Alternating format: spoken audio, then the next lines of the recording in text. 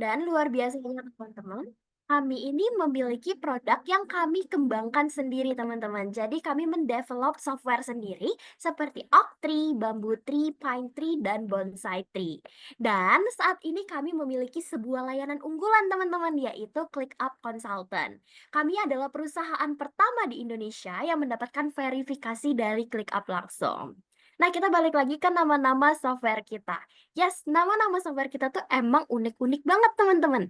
Tapi teman-teman jangan sampai salah paham karena ini bukan software perhutanan, apalagi software perkebunan, tapi ini adalah software-software yang kami kembangkan untuk menopang aspek-aspek penting dalam bisnis, seperti salah satunya business rate forwarding.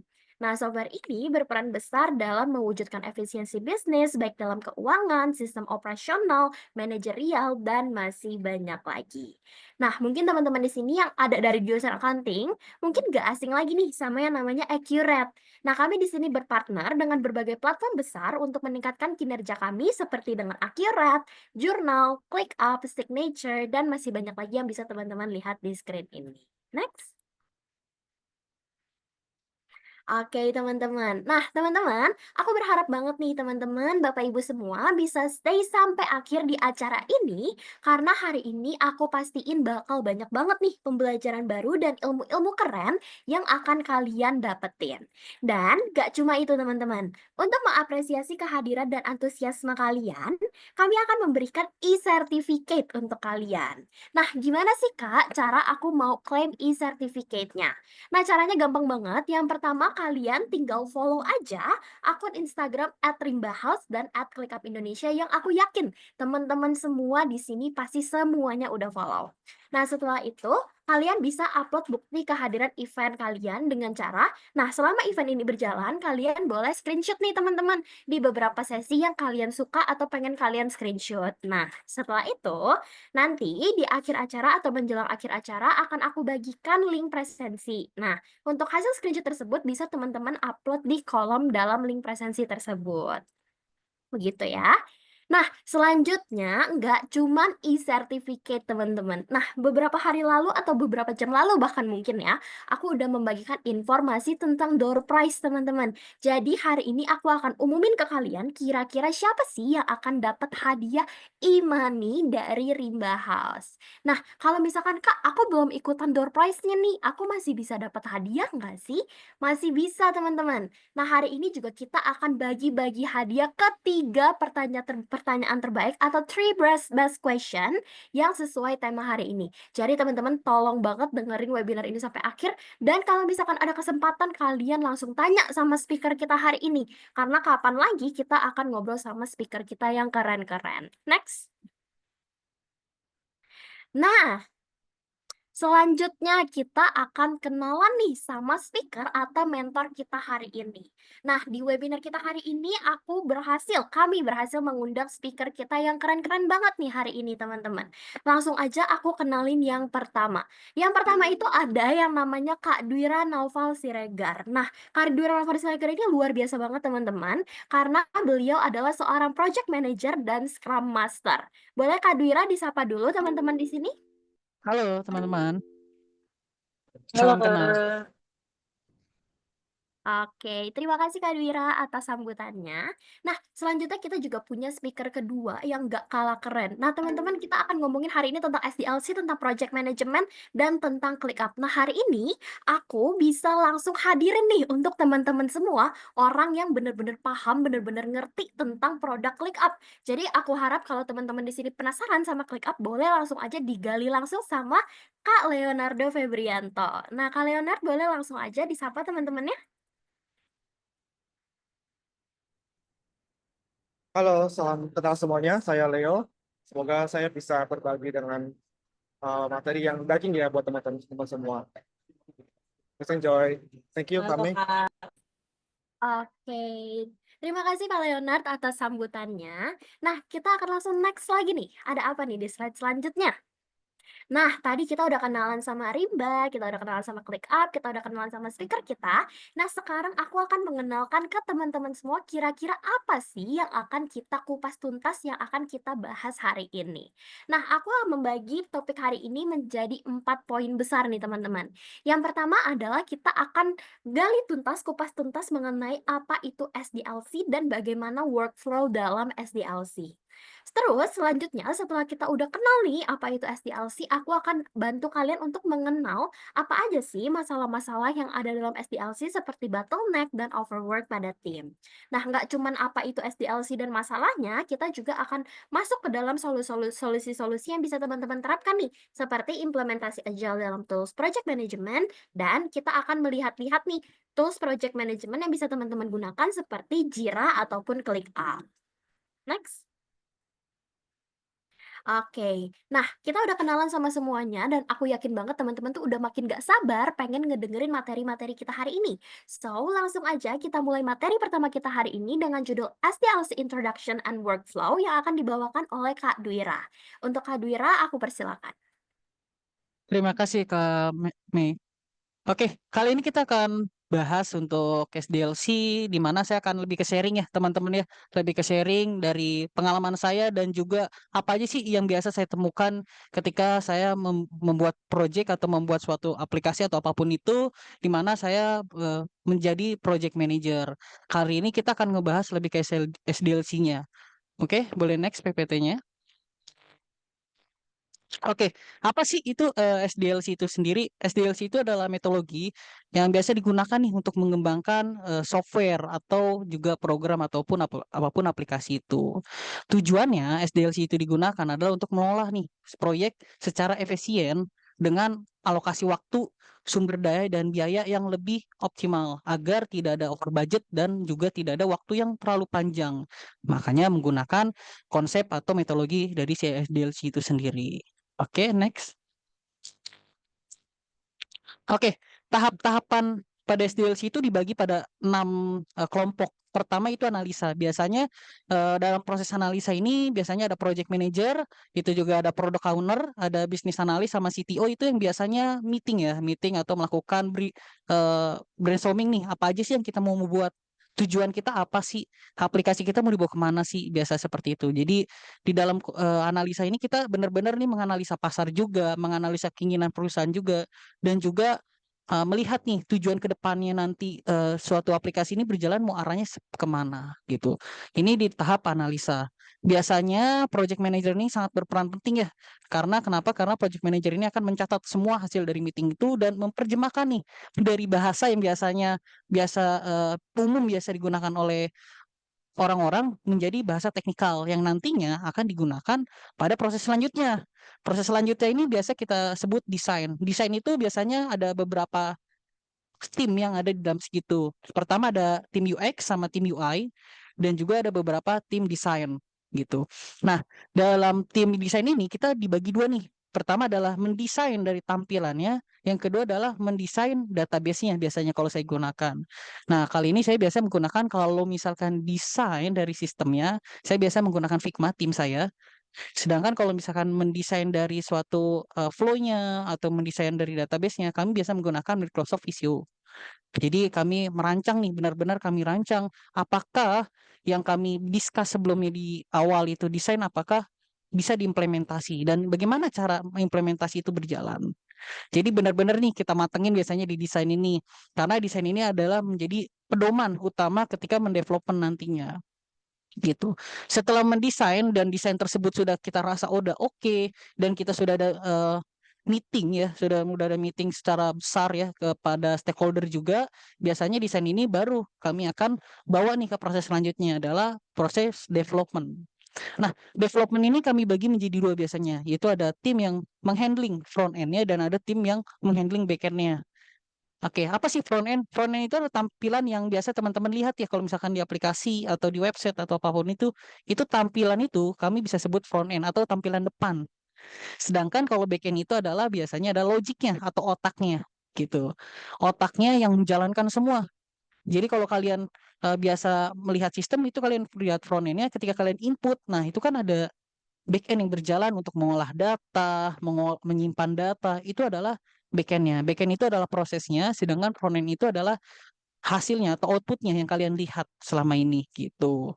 Jadi di tahap development ini benar-benar dirancang nih untuk backend dan frontend itu bagaimana sesuai dari analisa di awal. Selanjutnya, ketika development sudah selesai, biasanya kita akan melakukan testing. Ya, testing itu dibagi beberapa hal. Pertama, testing dari tim quality assurance. Quality assurance itu bertugas untuk memastikan apakah aplikasi, sistem, ataupun tools yang kita buat ini sesuai dengan teori kita di awal, dengan planning kita di awal, dengan tujuan kita di awal.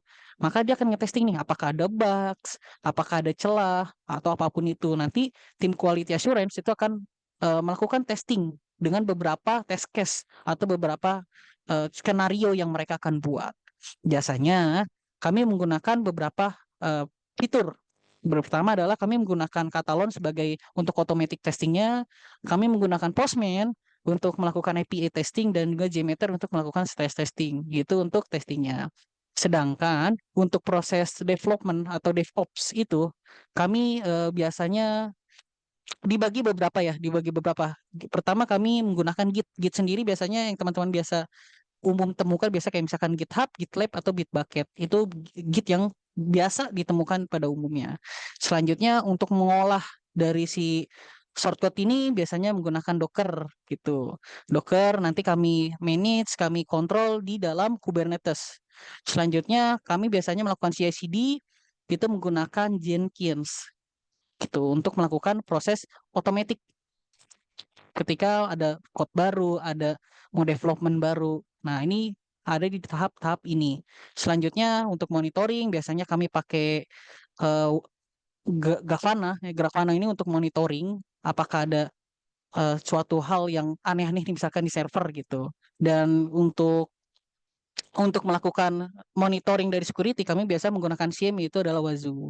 Ini tahap-tahap yang biasa dilakukan di tahap testing ini benar-benar nih dibangun pondasi-pondasinya dari fondasi development yang kami buat dan fondasi juga untuk bagian testing dan monitoring. Selanjutnya development. Nah, development ini bekerja ada dua bagian. Pertama adalah data admin di mana mereka biasanya mulai nih menginput data-data biasanya menyusun database, mengolah database. Nah, itu bagian dari tim dari database atau admin. Selanjutnya, yang bekerja selanjutnya adalah DevOps. DevOps ini setelah menyiapkan di pihak testing ini, di tahap testing, biasanya DevOps itu baru nih nge-merge atau nge-pull ke production. Nah, di tahap development ini, DevOps itu baru menyusun sesuai dari Docker-Docker atau kebutuhan-kebutuhan yang dibutuhkan untuk menunjang aplikasi ini agar bisa running well. Selanjutnya, maintenance. Setelah aplikasi ini jalan, setelah aplikasi ini digunakan user, maka tetap ada maintenance pastinya, di mana user akan menggunakan. Selanjutnya ada tester nih yang akan melakukan daily testing biasanya. Daily testing ini menggunakan Katalon yang biasa kita gunakan untuk melakukan testing secara otomatis dan secara berkala. Misalkan sehari 2 kali, sehari sekali. Biar gimana? Biar kalau misalkan ada bugs atau ada kendala, otomatis langsung kita bisa tahu nih, oh ada problem nih. Kita melakukan bug fixing gitu. Selanjutnya juga ada support manager. Biasanya ada eh, seseorang yang ditaruh di dalam satu project yang nanti akan menjadi penghubung ketika ada problem atau ada bugs apapun itu. Itu untuk 6 tahapan dalam konsep SDLC secara garis besar. Oke, boleh lanjut? Oke, kita menganalogikan ya, mungkin tadi bahasa saya sedikit berat nih untuk orang-orang yang mungkin belum terlalu familiar dalam development. Saya menganalogikan seperti ini. Kita ketika mendevelop suatu hal, suatu mau aplikasi, sistem atau apapun itu kita anggap kita lagi masak nih ke teman-teman. Pertama, kita harus tahu dulu dong kita mau masak apa. Nah, ketika kita tahu mau masak apa, biasa kita menyiapkan apa? Resep. Nah, resep ini kita dapatkan dari hasil meeting sebelumnya. Kalau misalkan tadi ada meeting, ada analisa, itu kita dapatkan nih resepnya. Atau pedoman, oh resep kita mau buat apa. Nah, selanjutnya resep itu sama dengan desain. Nah, selanjutnya di tahap kedua, kita ada tool sama framework. Jadi ketika kita mau masak, kita harus tahu dong kita mau ngapain nih. Mau toolsnya apa atau bahan bakunya apa aja yang kita gunakan untuk memasak gitu. Nah, biasanya di development menggunakan tools atau framework bahasanya. Selanjutnya di step ketiga itu adalah orang yang masak nih. Koki atau chef. Kalau misalkan kita masak ya, koki atau chef. Sedangkan di dalam dunia development biasanya dikenal sebagai programmer atau developer. Kita biasa garis besarin ya developer gitu. Kalau programmer kan terlalu signifikan ya, kita sebutnya developer lah gitu. Itu adalah kokinya, orang yang memasak. Selanjutnya proses nih. Nah, ini proses memasaknya. Ketika sudah dapat bahan baku, resepnya dan juga eh, proses memasaknya, kita lakukan adalah proses development. Nah, di proses development ini baru nih pihak developer, semua tim bekerja sama dengan mempunyai role masing-masing untuk membuat suatu hal, mendevelop satu hal. Biasanya kalau di dalam memasak ya itu proses masaknya nih. Nah, selanjutnya hasil masakannya pasti ada dong. Kan kita orang masak capek-capek pastinya pasti ada hasilnya, nggak mungkin nggak ada hasilnya. Nah, hasilnya itu berupa rasa. Kalau misalkan dalam dunia masak kayak enak nggak sih rasanya? Gimana keasinan nggak sih? Atau oh kayaknya kurang ini nih, kurang garam, kurang micin deh gitu. Nah, di dalam dunia development itu namanya user experience. Kita kan nanya ke user, gimana Bu, gimana Pak penggunaan aplikasinya? Apakah sesuai dengan keinginan yang Ibu inginkan di awal? Apakah eh, fiturnya atau tools ini membantu? Nah, itu rasanya. Kalau dalam dunia development itu rasanya adalah experience user. Apakah user senang menggunakan aplikasi kita atau tidak? Selanjutnya adalah bumbu rahasia, pasti dong. Pasti kalau misalkan user atau misalkan kalian makan, ih enak banget nih. Ini apa ya bumbu rahasianya? Nah, bumbu rahasianya itu biasanya kalau misalkan dalam development itu adalah fitur unik. Biasanya adalah fitur yang dimana ini pembeda dari aplikasi-aplikasi pada umumnya. Nah, itu biasanya bumbu rahasia kita bisa bilang gimana? Karena ya lebih enak digunakan gitu. Kalau misalkan dalam dunia development, kalau dunia masak kayaknya lebih punya rasa yang berbeda dah gitu. Jadi ini namanya bumbu rahasia gitu. Selanjutnya testing. Kalau di dunia development namanya testing, sedangkan kalau misalkan di dunia memasak itu namanya uji coba masakan. Biasanya kan kalau misalkan udah tahu rasanya bagaimana, bumbunya, bumbu rahasianya apa, selanjutnya kita melakukan testing nih. Apakah yang kita udah coba, udah kita development itu beneran enak gak sih? Kita testing nih, kita testing coba uji coba masakan, kita coba-coba ini itu.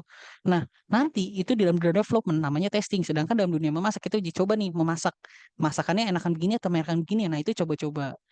Tahap uji coba selanjutnya adalah nah, setelah memasak baru kita ada namanya hidangan akhir. Nah, hidangan akhir ini biasanya kalau misalkan di dunia aplikasi namanya adalah kita go to production, di mana kita aplikasi kita rilis. Kita rilis secara umum, kita rilis secara general, semua orang bisa menggunakan. Nah, itu namanya aplikasi rilis. Gitu. Jadi dalam dunia sebenarnya mirip-mirip ya development sama memasak. Jadi saya menganalogikan itu dari segi kayak orang masak aja deh. Jadi dari awal dari resepnya kita cari, bahan bakunya kita siapkan, kokinya atau chefnya siapa yang mau nantinya memasak, selanjutnya proses memasak, rasanya gimana, bumbu rahasianya apa aja sih gitu kan. Terus juga uji coba masakan dan hidangan akhirnya yaitu adalah finishing dari proses memasak atau membuat develop sistem atau aplikasi itu sendiri. Gitu kawan-kawan, ini adalah suatu gambaran secara garis besar yang mungkin membantu teman-teman atau kawan-kawan di sini yang belum terlalu familiar apa sih itu dari tadi disebutin, apa sih itu desain, apa sih itu tools atau framework. Nah, ini mungkin gambaran secara umum atau yang bisa kalian pahami. Oke, next boleh. Oke. Nah, di dalam SDLC itu ada beberapa model nih SDLC. Pertama, SDLC itu ada model waterfall. Biasanya sih waterfall ini digunakan pada proyek dengan persyaratan yang jelas dan tidak berubah-ubah. Jadi ya udah dari awal sampai akhir nggak boleh ini berubah-ubah di tengah-tengah. Aplikasinya biasanya kayak aplikasi-aplikasi sederhana. Contoh, aplikasi inventory pada umumnya. Jadi kan aplikasi ini ya udah punya ilmu pastilah. Biasanya menggunakan model waterfall gitu. Selanjutnya ada selanjutnya ada R&D di mana aplikasi ini biasanya orang menggunakan metode ini atau model ini itu misalkan aplikasi-aplikasi yang berbasis mobile ya. Mobile atau berbasis web yang proyek-proyeknya itu butuhnya cepet nih, butuh cepet responnya dari customer gitu. Misalkan dia buat ya udah kita buatnya pakai model ini aja deh, kita buat model ini jadi butuh yang responnya lebih cepet didapatkan. Selanjutnya adalah spiral model. Spiral model ini biasanya untuk sistem atau perangkat lunak yang lebih kompleks dan lebih kritis sih ya.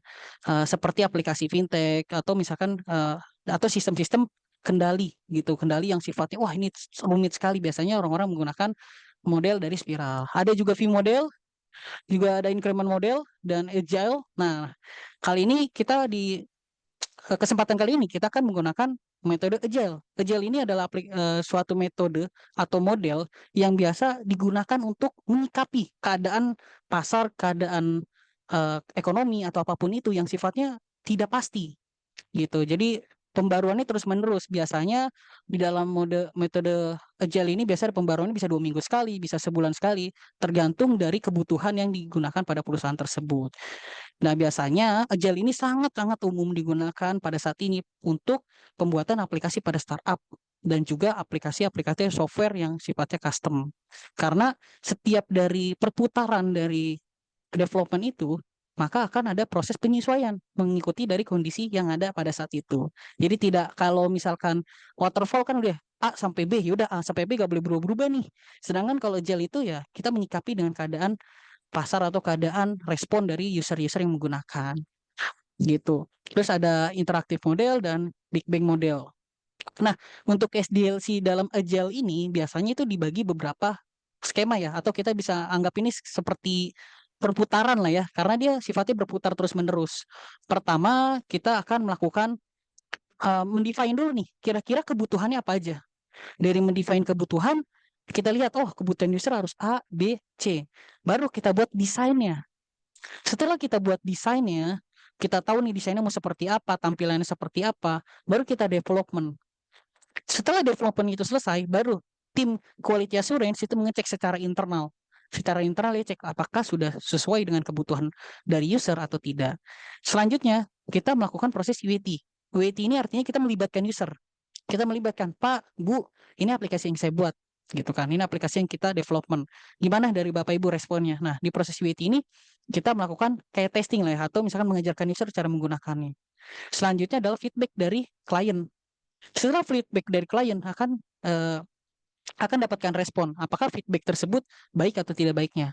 Nanti tujuannya apa? Untuk kalau misalkan oh ini masih belum memenuhi syarat gitu kan. Masih belum memenuhi apa yang kita inginkan. Biasanya kita kan oke, kita adjust lagi nih, makanya berputar ya terus-menerus ya. Kalau dia sudah memenuhi, maka kita kan langsung rilis ke production. Seperti itu. Itu untuk proses SDLC dalam Agile itu sendiri. Oke? Lanjut, oke. Nah, mengapa sih kita harus fokus nih pada agile yang kali ini kita akan angkat? Kenapa? Karena agile ini sangat-sangat fleksibel. Karena kalian tahu pada keadaan sekarang itu ekonomi, kebutuhan pasar dan juga kebutuhan dari kita semua itu berubah-berubah. Nggak ada yang pasti ya. Makanya agile ini dibuat untuk menyikapi atas perubahan yang tidak pasti. Nah, dalam konsepnya agile, di mana pertama kita harus ngelihat dulu nih apa sih ke depan yang mau kita lihat? Kita ngelihat kebutuhan pasar, kita ngelihat masalah yang ada di pasar, ngelihat masalah yang ada di pada umumnya yang kita temui setiap hari. Ketika kita sudah melihat, baru kita menyimpan backlog. Nah, backlog itu apa sih? Backlog kita ada fitur-fitur apa aja yang kita buat. Backlog itu kita simpan semuanya di dalam backlog, apa saja fiturnya, apa saja tujuannya. Nah, di dalam backlog ini biasa kita define, biasa ada backlog, terus ada user story. Nah, di situ kita bikin apa aja sih yang kita membuat sih gitu. Selanjutnya kita buat nih sprint planning. Oke, misalkan kita buat ada 10 fitur. Ketika 10 fitur kita buat, nah nanti di sprint mana aja? Sprint itu bisa dibilang ya pekerjaannya bisa 1 sprint 2 minggu, bisa 1 sprint 1 bulan. Itu tergantung kebutuhan dari perusahaan itu sendiri. Bisa juga 2 minggu. Pada umumnya sih 2 minggu ya untuk agile itu sendiri. 2 minggu pada umumnya. Selanjutnya ketika sprint planning, baru kita siapkan milestone. Kita buat timeline-nya, kita buat ini pembagian tugasnya segala macam. Selanjutnya kita melakukan daily scrum. Baru kita biasanya daily stand up ya, biasanya kalau misalkan anak-anak startup bilang sih daily stand up, setiap pagi kita meeting, setiap sore kita meeting biasanya gitu. Nah, selanjutnya dari proses development itu kita development, terus balik lagi nih, balik lagi berputar terus menerus dia, balik lagi ke bagian melihat lagi keadaan pasar. Dan setelah development selesai, pasti kita melihat nih meetingnya itu hasilnya gimana. Dari hasil daily stand up itu kita lihat apakah ada feedback dari tim kita gitu. Misalkan kita ada daily meeting ya, ada feedback gak nih hasil meetingnya apa saja di hari ini, besok hasil meetingnya apa aja, tim kita hari ini ngerjain apa gitu. Kenapa kita fokus ke agile? Karena yaitu untuk menyikapi keadaan ekonomi yang berubah-berubah dan kebutuhan pasar yang berubah-berubah. Oke, selanjutnya. Oke, apa sih tantangan dalam tim agile? Nih biasanya yang saya temuin ya dalam ketika pembuatan suatu sistem, pembuatan aplikasi atau apapun itu, biasanya kita sering temui ada beberapa case. Oke, next. Pertama, bottleneck-nya ya nih. Bottleneck ini adalah kalau misalkan analoginya kayak botol, di mana bottleneck ini adalah hambatannya. Hambatannya atau titik tersedat dalam proses pengembangan software yang menyebabkan alur tim secara keseluruhan.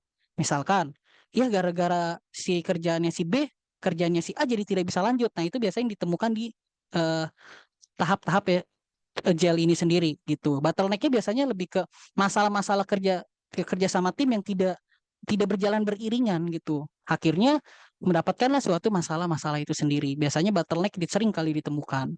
Selanjutnya adalah overwork. Wah, ini sering banget ditemukan ya. Eh, Anggota tim yang bekerja di luar batas kapasitas mereka.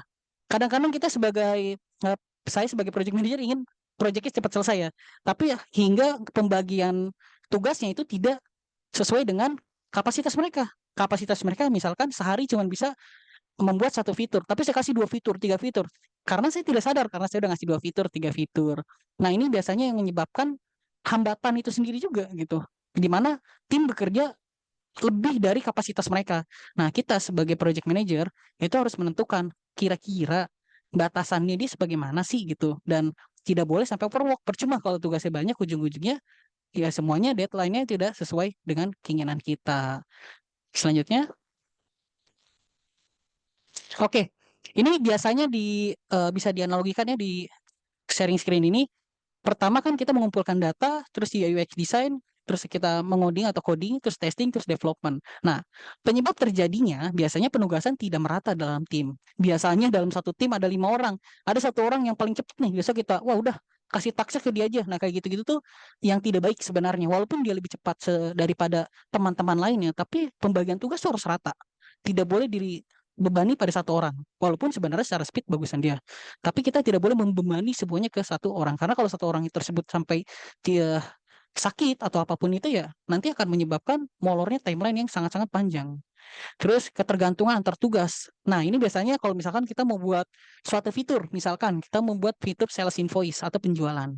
Nah, si A membuat penjualannya, si B ngebuat misalkan master customer. Nah, si A ini kan tidak bisa membuat secara keseluruhan sampai benar-benar sales invoice ini bisa dibuat kalau misalkan master customer-nya aja belum selesai. Nah, ini biasanya yang sering terjadi nih di mana tugas si A mesti selesai kalau tugas si B itu udah selesai. Nah, ini biasanya yang sering terjadi di dunia bottleneck ini.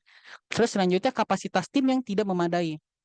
Misalkan gini, kita sebagai project manager harus membuat project ini efisiensi sekali dari segi cost. Tapi sebagai project manager juga biasanya harus melihat kira-kira kapasitas yang dibutuhkan berapa orang. Misalkan yang dibutuhkan tuh harusnya 3 programmer.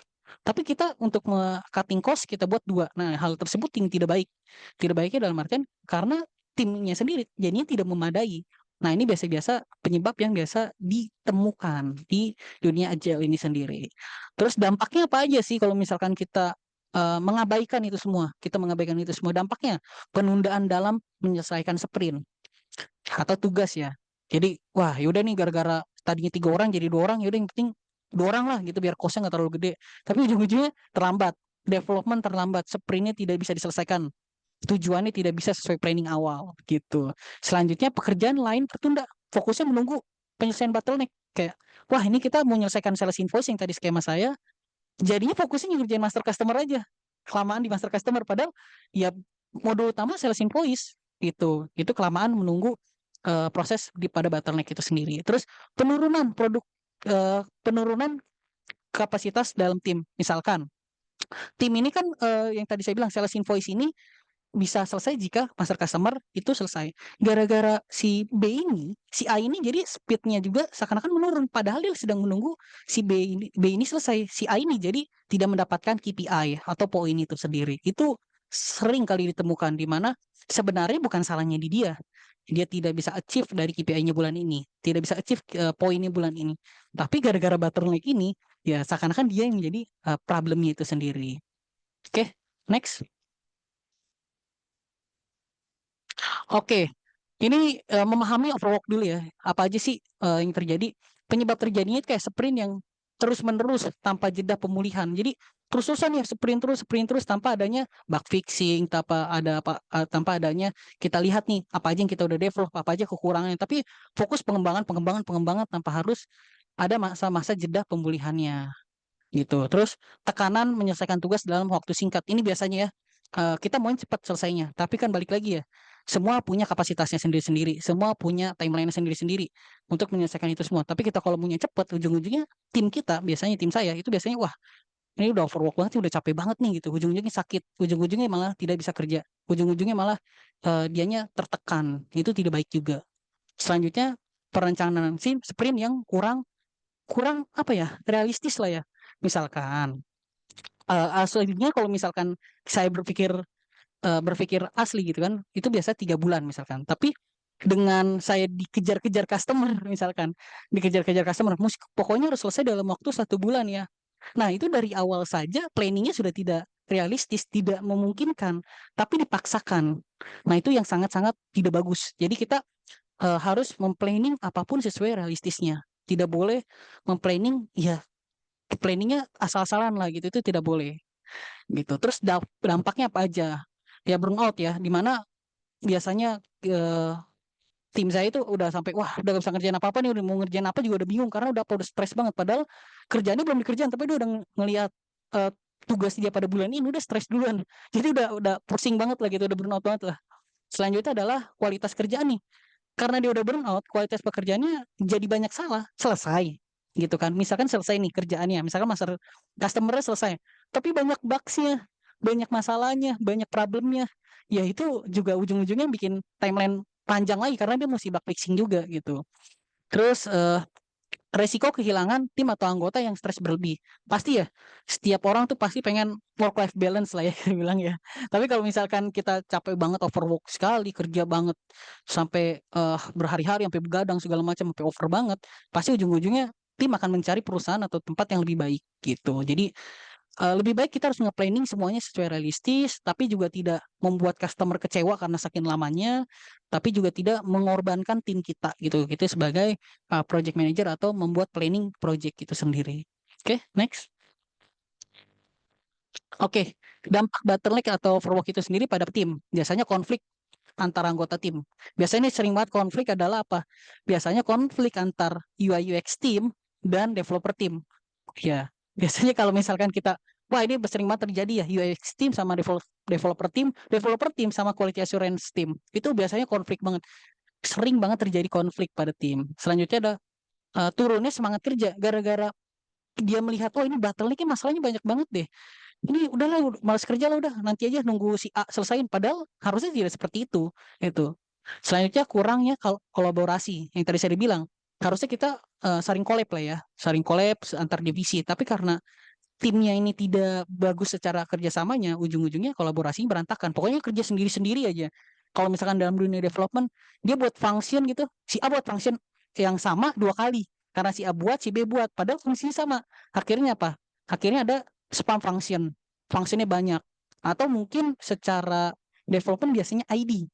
Nah, ID-nya itu biasanya, ID-nya sama nih. ID yang digunakan untuk menghapus sama ID yang digunakan untuk membuat beda modul itu bisa sama. Nah, itu kan kayak gitu-gitu gak bagus ya. Nah, itu biasanya kurangnya kolaborasi antar tim dan antar eh, ya, pekerja juga gitu. Selanjutnya ada pada proyek nih. Pada proyek apa aja dampaknya? Pertama, sprint gagal mencapai target. Tidak achieve. Kita targetnya sebulan, jadinya 2 bulan. Wah, itu mengecewakan sekali customer. Selanjutnya, meningkatkan biaya. Pasti yang tadinya kita operasionalnya buat sebulan, gitu kan, operasional buat sebulan gara-gara bottleneck-nya terlalu terlalu panjang sekali dan terlalu banyak sekali dan kita bingung sebenarnya bottleneck-nya di mana sih gitu. Karena kita tidak mau planning dengan benar, tidak memanage dengan benar, sehingga mencari bottleneck-nya susah, ujung-ujungnya adanya peningkatan biaya di mana harusnya selesai dalam 2 bulan, cost-nya 2 bulan jadi 3 bulan, 4 bulan. Selanjutnya penurunan kualitas produk. Pasti ya kalau misalkan kita buru-buru mendevelop, ujung-ujungnya kualitas produknya jadi kurang bagus nih. Yang penting selesai aja, itu sering terjadi kalau misalkan kita di planning di awal dengan baik.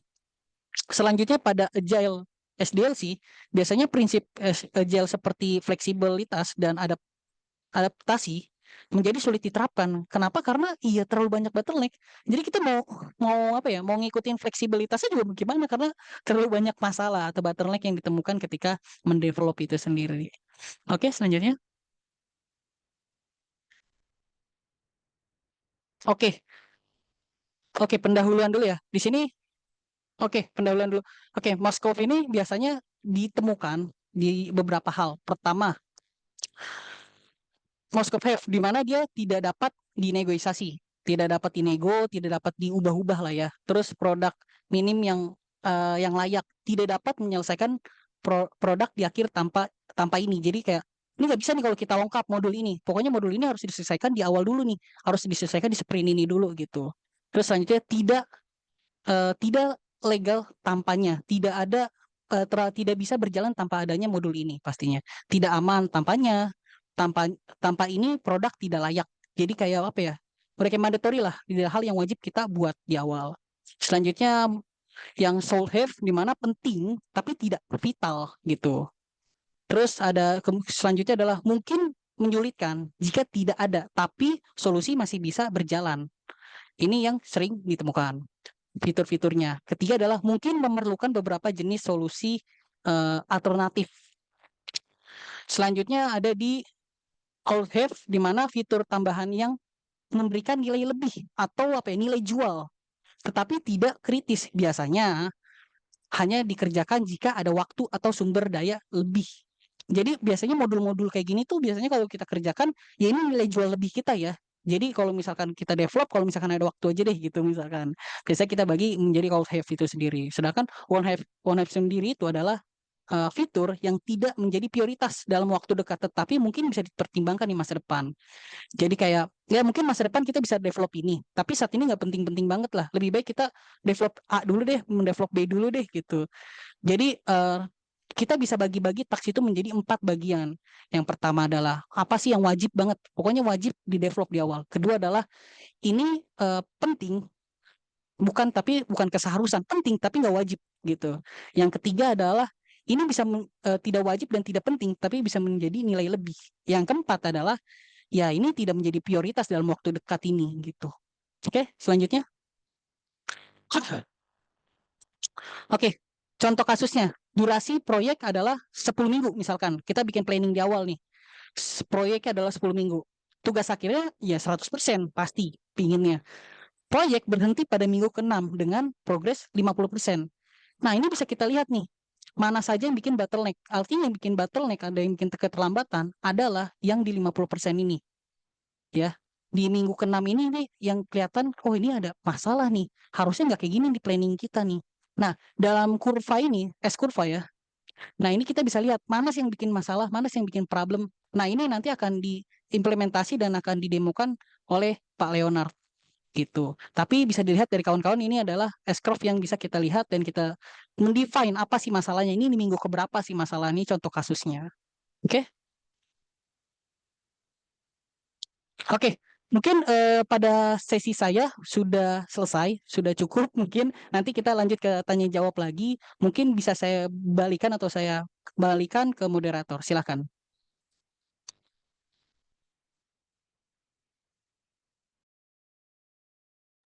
Oke, terima kasih untuk Kak Duira atas pemaparan materinya yang keren banget nih.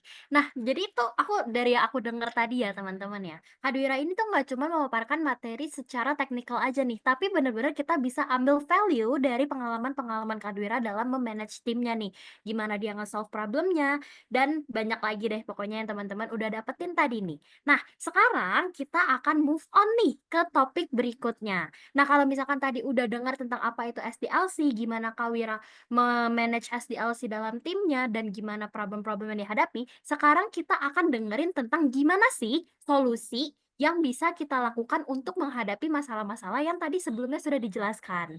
Nah, masalah solusi ini akan dijelaskan dalam topik yang pertama dengan judul Implementasi Agile dengan Alat Manajemen Project. Nah, untuk topik kali ini akan dibantu jelaskan oleh Kak Leonard Febrianto.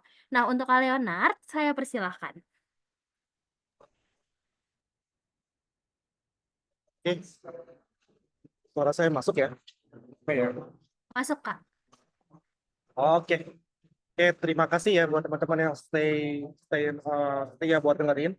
Jadi tadi sudah dijelasin oleh Kak Wira ya. Kak Wira secara company kita dia memang handle untuk project manager dan dan dan apa yang dia ceritakan itu relate banget nih harusnya dengan dengan ada startup, dengan ada company yang pokoknya mau development. Oke. Nah, tentunya saya kan juga bagian dari manajemen ya. Kita dari awal pembuatan software awal itu manual gitu ya. Cerita-cerita ini kan sebenarnya kan topik hari ini kan judulnya apa? SDLC Best Practice with ClickUp. Jadi sebenarnya agak subjektif ke ClickUp.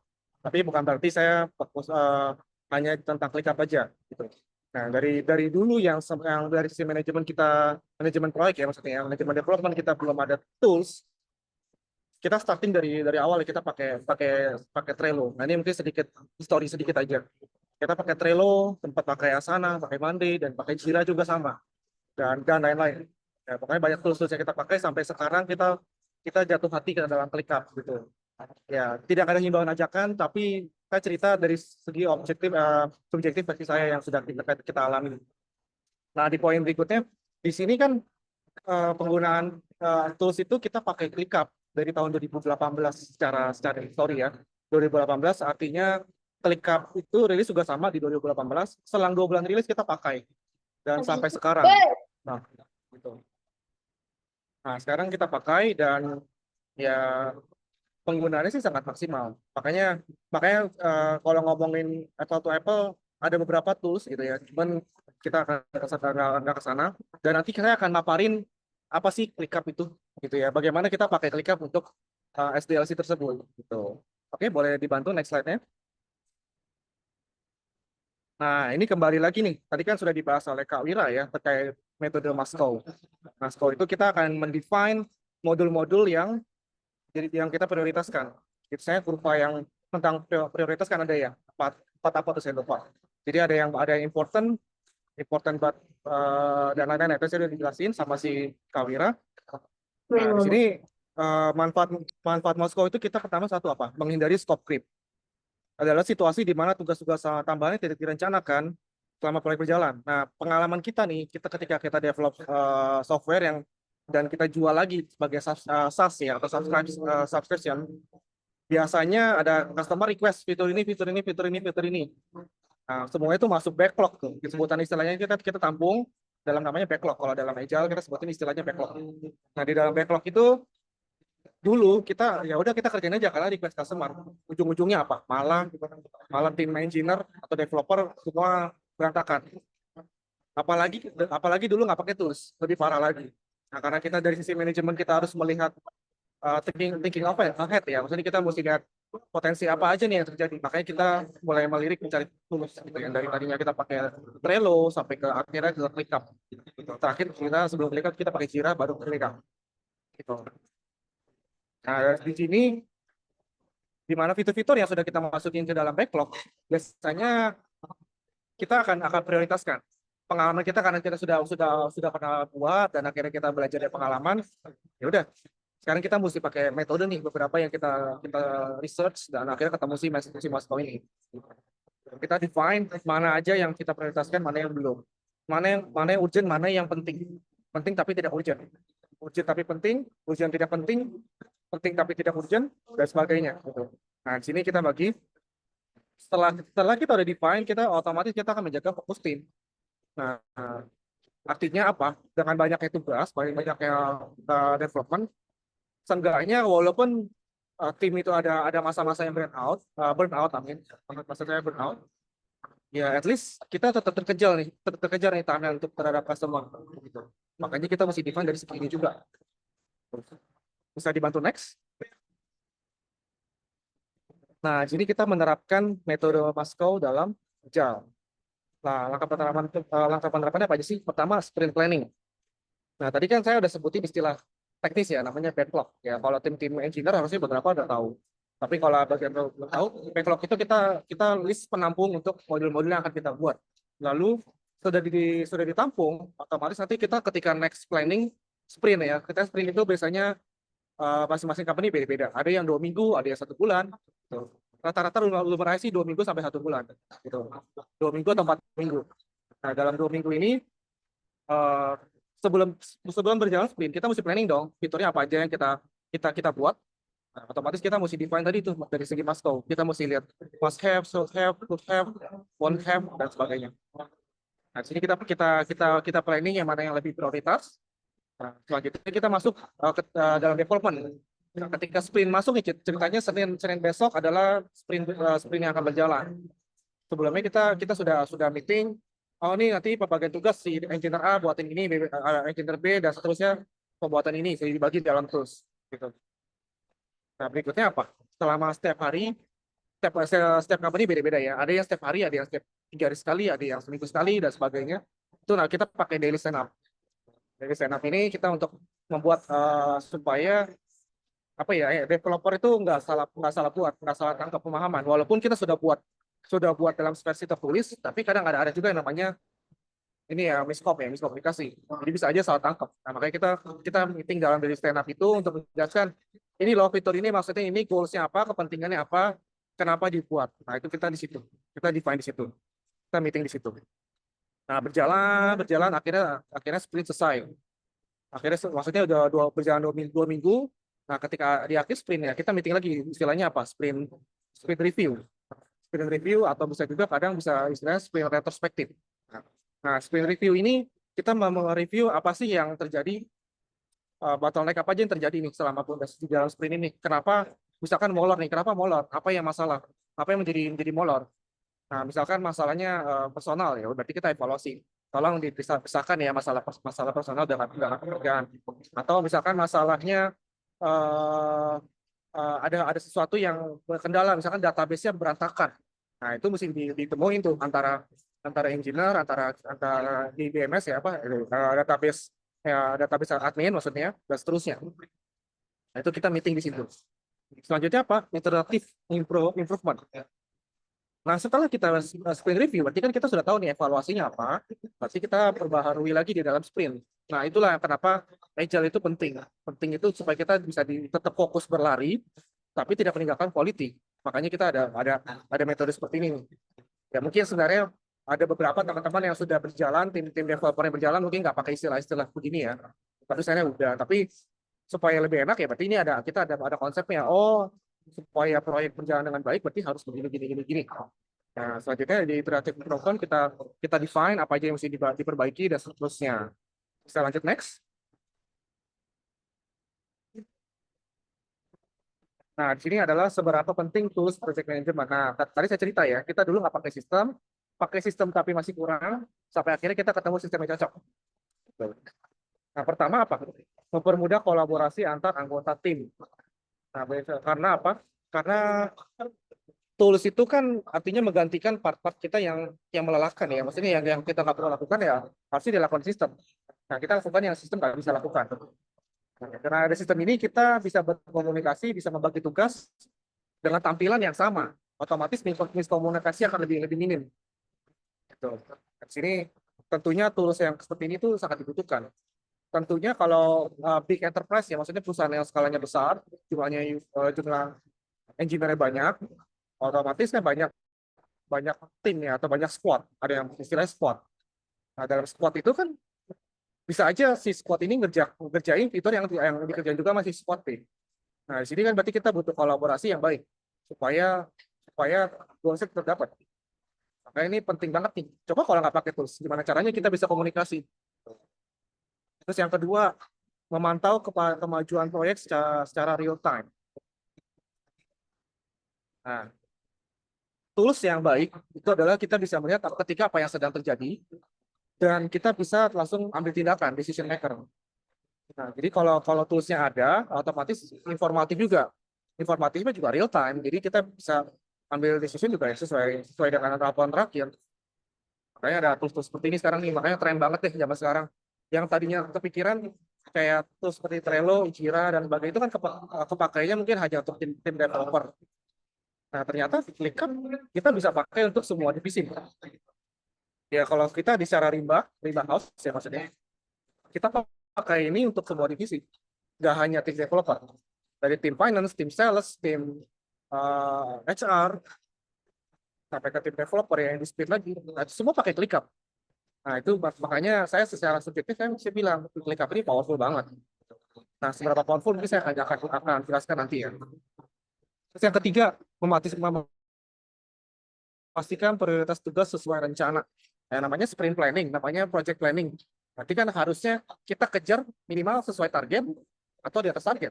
Kalau di bawah target berarti kan kita evaluasi. Makanya kita kejar planning itu harus yang benar, jangan ngasal. Makanya tadi kan dari Kak Wira sudah jelaskan nih terkait SDLC. Terus planningnya bagaimana dan sebagainya. Nah itu semua harus direncanakan secara matang. Oke, bisa lanjut next slide. Oke, di sini saya akan masuk penerapan Moskow dalam aplikasi proyek manajemen ya. Tentunya karena kita pengguna ClickUp, berarti kita SEO-nya ClickUp. Gitu. Boleh saya izin share screen untuk moderator atau apa multimedia? Oke, sorry. Saya izin validasi sudah muncul belum di layar? Oke, ini share screen ini. Udah muncul, Pak. Sudah muncul ya? Oke, ini saya buat screen sampel ya. Ini namanya tools ClickUp. Nah, sedikit cerita kita tadi namanya rimba dan kita menganut konsep rimba itu bukan hanya nama rimba doang, tapi tapi kita untuk kita nih internal secara secara apa namanya employee kita tim kita semua pakai nama-nama istilah nama-nama serangga gitu ya. Nah, makanya di sini ada untuk tim digital marketing kita kasih nama grupnya season. Untuk hardware namanya rock, liver dan sebagainya. Nah, di sini kita tapi saya masuk ini ke dalam folder dulu nih. Contoh, saya bikin folder e-commerce sample event. Nah, di sini ada sprint, ada backlog juga. Makanya tadi saya sudah sebut istilah backlog. Nah, di sini saya coba show, ini kan, secara fitur-fitur yang ditampung itu semua masuk ke sini. Jadi kita akan define di sini kalau namanya planning di backlog saya. Backlog itu belum ada masa ininya siapa, PSC siapa itu belum ada. Tuh. Tapi kita di sini mendefine priority-nya, due date-nya, ini bisa juga dikosongin karena belakangan ya. Statusnya, effort-nya seberapa, time estimate artinya pengerjaan itu berapa lama, lalu sampai ke sprint point, sampai ke Moskow. Nah, sini ada Moskow. Nah, di sini kita define Moskow itu harusnya di bagian backlog, harusnya. Ya, kembali lagi Moskow ini bisa kita rename ya, nggak harus Moskow. Tapi kita biasanya kita define dulu nih, dari must have, should have, would have, won't have. Nah, setelah kita define, nanti kan kita masuk ke dalam next sprint. Sprint yang akan berjalan. Nah, secara project manager atau PM, dia akan adding nih next sprint. Nah, sini saya mau pakai sampling, saya pakai sprint 2. Jadi saya pakai sprint 2, saya masukin. Namanya juga ini kan kalau sprint 1 ini sedang berjalan, sampel ya. Jadi sprint sedang berjalan. Nah, sini ke Viva nih, apa aja ada triknya, ada effortnya, maunya dan sebagainya. Tapi saya mau pakai sampling yang ini aja. Abaikan aja ya data-data ini kan bukan real case, jadi memang saya isinya ngasal aja. Tapi seenggaknya ada visualnya biar lebih enak. Nah, di sini artinya sini kita sudah masuk nih. Oh, modul apa ini kita kerjakan dalam sprint, terus kita kasih poin. Nah, poin ini sebenarnya bisa juga mendefine seberapa effortnya atau enggak seberapa kesulitannya, tingkat kesulitannya. Dan mungkin nanti ini yang menjadi KPI juga. Jadi kalau di Rimba kita akan tentukan dalam satu sprint tim developer harus mencapai berapa poin minimal. Nah, dalam minimal itu misalkan untuk sebulan misalkan satu sprint misalkan mesti capai 20 poin misalkan. Nah, dalam 20 poin berarti kan ketika dikerjakan kalau masih in progress kita belum hitung. Nah, kalau in progress belum hitung, tapi kalau sudah done otomatis akan terhitung dia dapat poin 13. Contoh gitu ya. Ini sampling aja. Di sini kita sudah lihat data-datanya sudah ada, time estimate, dan kita bisa juga mengcompare nih ada time tracking. Nah, ketika di start, ini nanti kita akan menghitung kalkulasi. Oh, dalam pengerjaan modul ini, sekarang kita stop. Oh, ternyata selisihnya beberapa jam. Oh, berarti untuk kategori modul sejenis itu biasanya normal lebih akurat lagi. Gitu. Nah, namanya planning nggak mungkin akurat. Itu rumus yang bukan rumus ya, pengalaman kita yang sedang kita lakukan itu selalu seperti itu. Namanya planning nggak akurat, tapi at least mendekati. Makanya kita kejar itu. Oke, selanjutnya dalam sprint ini kalau planning sudah berjalan, berarti kita akan membuat confirm sprint. Di sini sprint ini artinya kita akan forecast bagaimana caranya ini berjalan. Nah, tadi ini saya dalam bentuk list. Just in case kalau ternyata butuhnya sukanya bentuk Kanban nih seperti Trello ya. Contohnya seperti ini. Nah, kita drag and drop, misalkan butuh drag and drop. Kalau butuh ya, berarti kita pakai tampilan list. Kalau saya sih senangnya pakai list. Tuh. Lalu, terus kita juga bisa buat juga dokumentasi di dalam ClickUp seperti ini ya. Kita buat supaya teman-teman engineer paham apa sih objektifnya. Nah, kebetulan saya pakai template aja. Ini menjelaskan tentang terkait ClickUp, hierarki, task view, custom field, dan sebagainya. Nah, enaknya ClickUp karena hierarkinya fleksibel banget, mungkin tinggal kita buat aja mau jadi apa. Custom field-nya kita bisa buat nih, tipenya apa. Berangkat, text, date, text area, dan sebagainya. Sampai ada voting, upload file, sampai banyak banget. Jadi kalau untuk mau baca detail lagi mungkin beda sesi ya. Gitu. Mungkin bisa diskusi sama kita, oh, Kak tolong dong, saya pengen lihat ClickUp, mungkin saya mau pakai ini untuk perusahaan kami. Nah, itu bisa kontak kita nih untuk kita jelaskan lebih detail. Gitu. Nah, di luar itu kita pasti akan masuk ke sprint planning. Saya di sini bisa buat nih, ada banyak. Saya bisa buat Gantt. Nah, dalam sprint 2, tampilnya seperti ini. Ya. Nah, ini contoh ya. Ini tampilan Gantt. Terus saya juga bisa melihat alokasi pembagian tugas terhadap teman-teman engineer nih. Nah, saya bikin contoh gini. Dalam satu hari saya punya kapasitas 8 jam. Dalam pembagian tugas di hari tanggal 14 ya, atau hari Senin, oh ternyata itu sudah terisi pengerjaan itu sebanyak 7 jam. Berarti nanti sebagai PM ya sebagai jangan alokasi tugas yang berat, gitu kan. Nah, di sini kelihatan nih ternyata sudah over. Dari 8 jam dia sudah over 9 jam 48 menit. 1 jam 48 menit. Gitu. Berarti kan ini alokasinya kurang tepat, bisa dibilang. Makanya nanti dari segi planning ini kita melihat sih juga buat mempermudah. Ya. Selanjutnya mungkin saya coba masuk ke dalam tampilan reporting ya.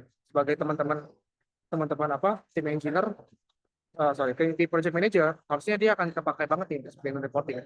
Tinggal klik langsung jadi. Ya. Itu canggihnya nih. Nah, kebetulan ini datanya belum ada. Kenapa? Karena masih tahap planning. Tapi ketika sprint berjalan nanti ada muncul. Nah, ini belum muncul ya. Ini saya mungkin nanti saya ke prepare data yang lebih enak dilihat ya. Nah, tapi secara dashboard ini kita bisa buat banyak tampilan report nih. Ya, dari sprint burn down, burn up, workload, portfolio dan sebagainya, calculation kita bisa buat reporting semua di sini. Jadi bisa dibilang kayak semi apa ya Power BI ya, business analytics ya. Jadi kita bisa query reporting semua di sini. Gitu. Jadi teman-teman bisa terukur. Oh iya ini pembagian tugas saya ada 12 tugas, 12 task. Pas itu ada 6, Lina ada 5 dan sebagainya. Dan tentunya di dalam ClickUp itu banyak banget fiturnya. Misalkan sih ada chat nih. Makanya enaknya ClickUp tuh semua itu bisa kita pakai. Misalnya semua tools itu bisa dikombin menjadi satu dengan ClickUp. Gitu. Mungkin bisa dari tim admin bisa dibantu lagi untuk itu slide-nya.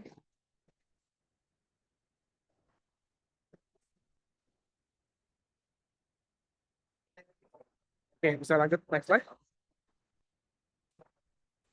Nah, membandingkan Jira dan ClickUp untuk manajemen proyek tangguh. Ya, tadi saya sudah share ClickUp-nya, tapi saya nggak bisa share Jira. Kenapa? Karena saya nggak pakai. Saya udah nggak pakai lagi, gitu. Jadi saya nggak share di situ.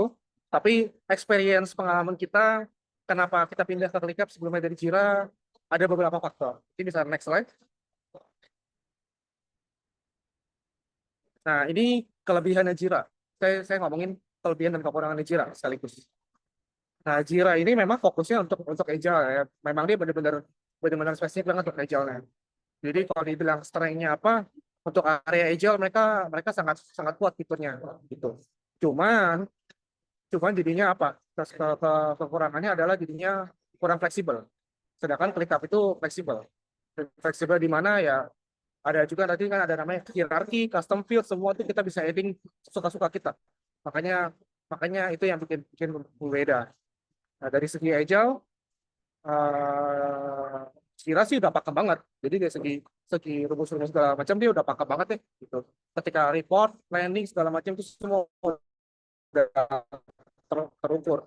Jadi buat buat tim yang belum baru belajar nih, baru belajar mau pakai Agile.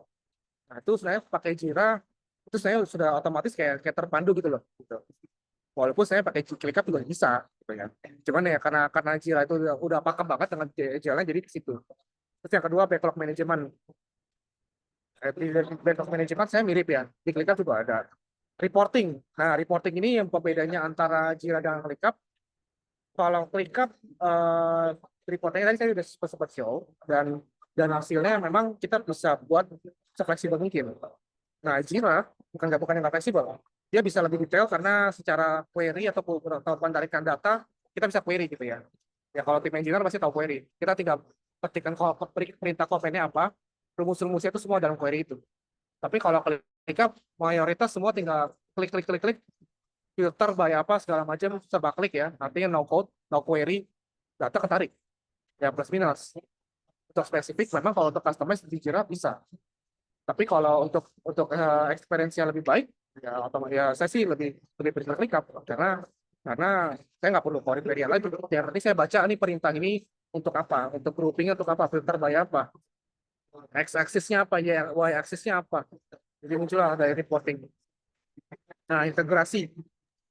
Nah Jira itu sebenarnya untuk beberapa tools dia menang salah satunya ada di Confluence. Confluence itu kan untuk manajerial dokumennya. Nah itu memang di ClickUp belum sekuat Confluence, tapi ada.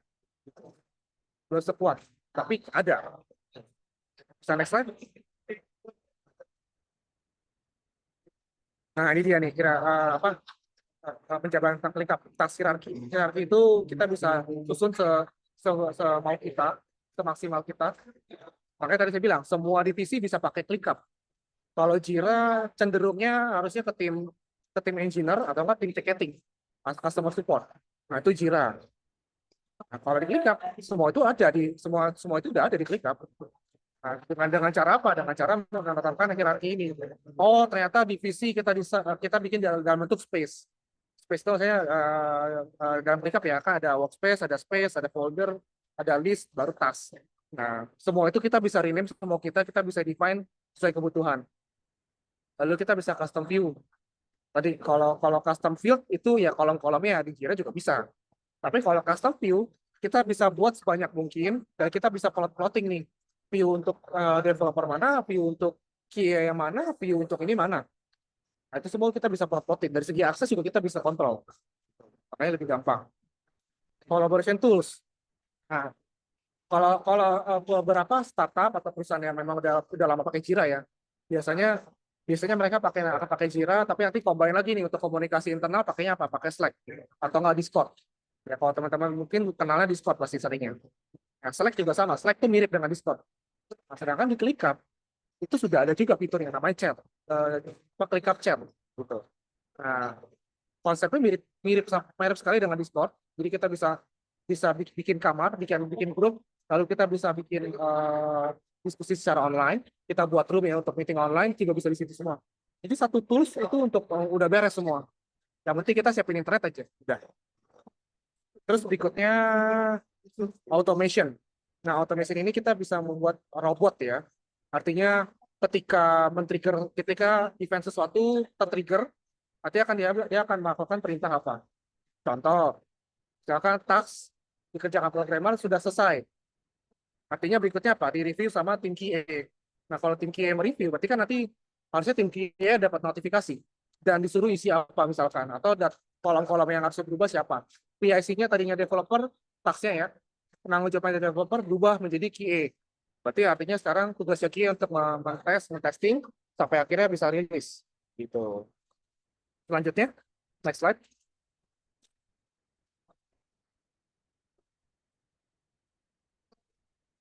Nah, ini dia nih. Fitur-fitur dari Jira dengan ClickUp.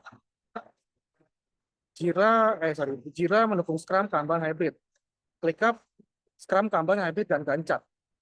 Itu jadinya gampang banget. Secara backlog management ini sederhana kalau ClickUp ya. Tapi kalau Jira mendalam, makanya saya bilang kan reportingnya dia bisa query, jadi bisa detailing. Dan dan teknik banget ya. Tapi kalau ClickUp itu easy to use ya. Maksudnya UI UX-nya pun friendly banget, gampang dipahami gitu. Kalau tinggal kita penting bisa baca dan ngerti bahasa Inggris misalkan ya. Maksudnya perintah ini sama dengan apa, udah deh kita bisa pakai. User interface rapi, kolaborasi, semuanya bisa tercover. Reporting tadi saya sudah jelaskan dan bisa customize. Nah, kayak ClickUp itu fleksibel sekali. Gitu. Walaupun saya tidak memojokkan Jira, tapi itu ya pengalaman opini saya pribadi. Gitu. Lebih tepatnya ClickUp itu banyak sekali fiturnya. Jadi siapa sih yang nggak senang ya? Cukup satu aplikasi, saya udah nggak perlu kemana-mana, semua fitur udah ada. Siapa yang nggak senang? Makanya saya pakai ClickUp. Kita pakai ClickUp. Oke, bisa next slide. Nah, ini integrasi yang ada dalam ClickUp. Ada banyak banget nih, ada GitLab, GitHub. Ya kalau tim engineer tahu lah pasti GitHub itu pasti tahu untuk code management ya. Nah, jadi ketika commit otomatis di ClickUp terrecord nih. Commitnya yang mana kodenya, pull request dan sebagainya, merging itu semua ada di situ. Kita bisa kirim email juga lewat ClickUp, makanya ada tampilan Gmail tuh. Google Calendar kita bisa sinkron dalam ClickUp, jadi enak tampilannya. Terus ya mungkin ada banyak banget ya. Bahkan kita bisa integrasi dengan Jira gitu. Si ClickUp ini bisa integrasi dengan Jira. Oke, mungkin bisa lanjut next. Nah, ini dia mengapa ClickUp. Ini kuadran matrix chart-nya. Nah, ini datanya sih mungkin nggak sampai detail banget ya. Tapi yang secara personal kita objektifnya kita melihat ini. ClickUp ini keunggulannya di mana-mana.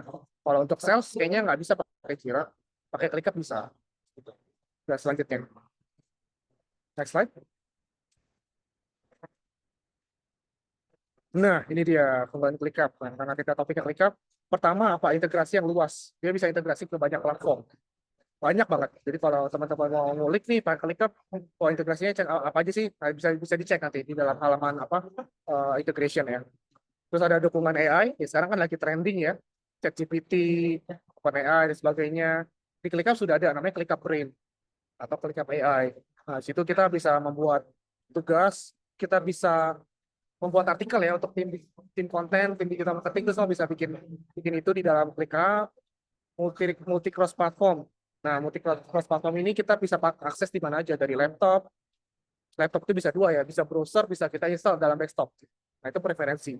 Terus bisa juga diakses dalam mobile. Mobile itu tampilannya memang berbeda dengan desktop, tapi sangat sangat informatif dan mudah digunakan. Multi departemen jelas karena kita bisa integrasi dengan banyak berbagai divisi, tinggal setting aja aksesnya. User friendly dan dukungan Scrum atau Agile. Itu udah tadi sudah jelaskan. Bisa lanjut next.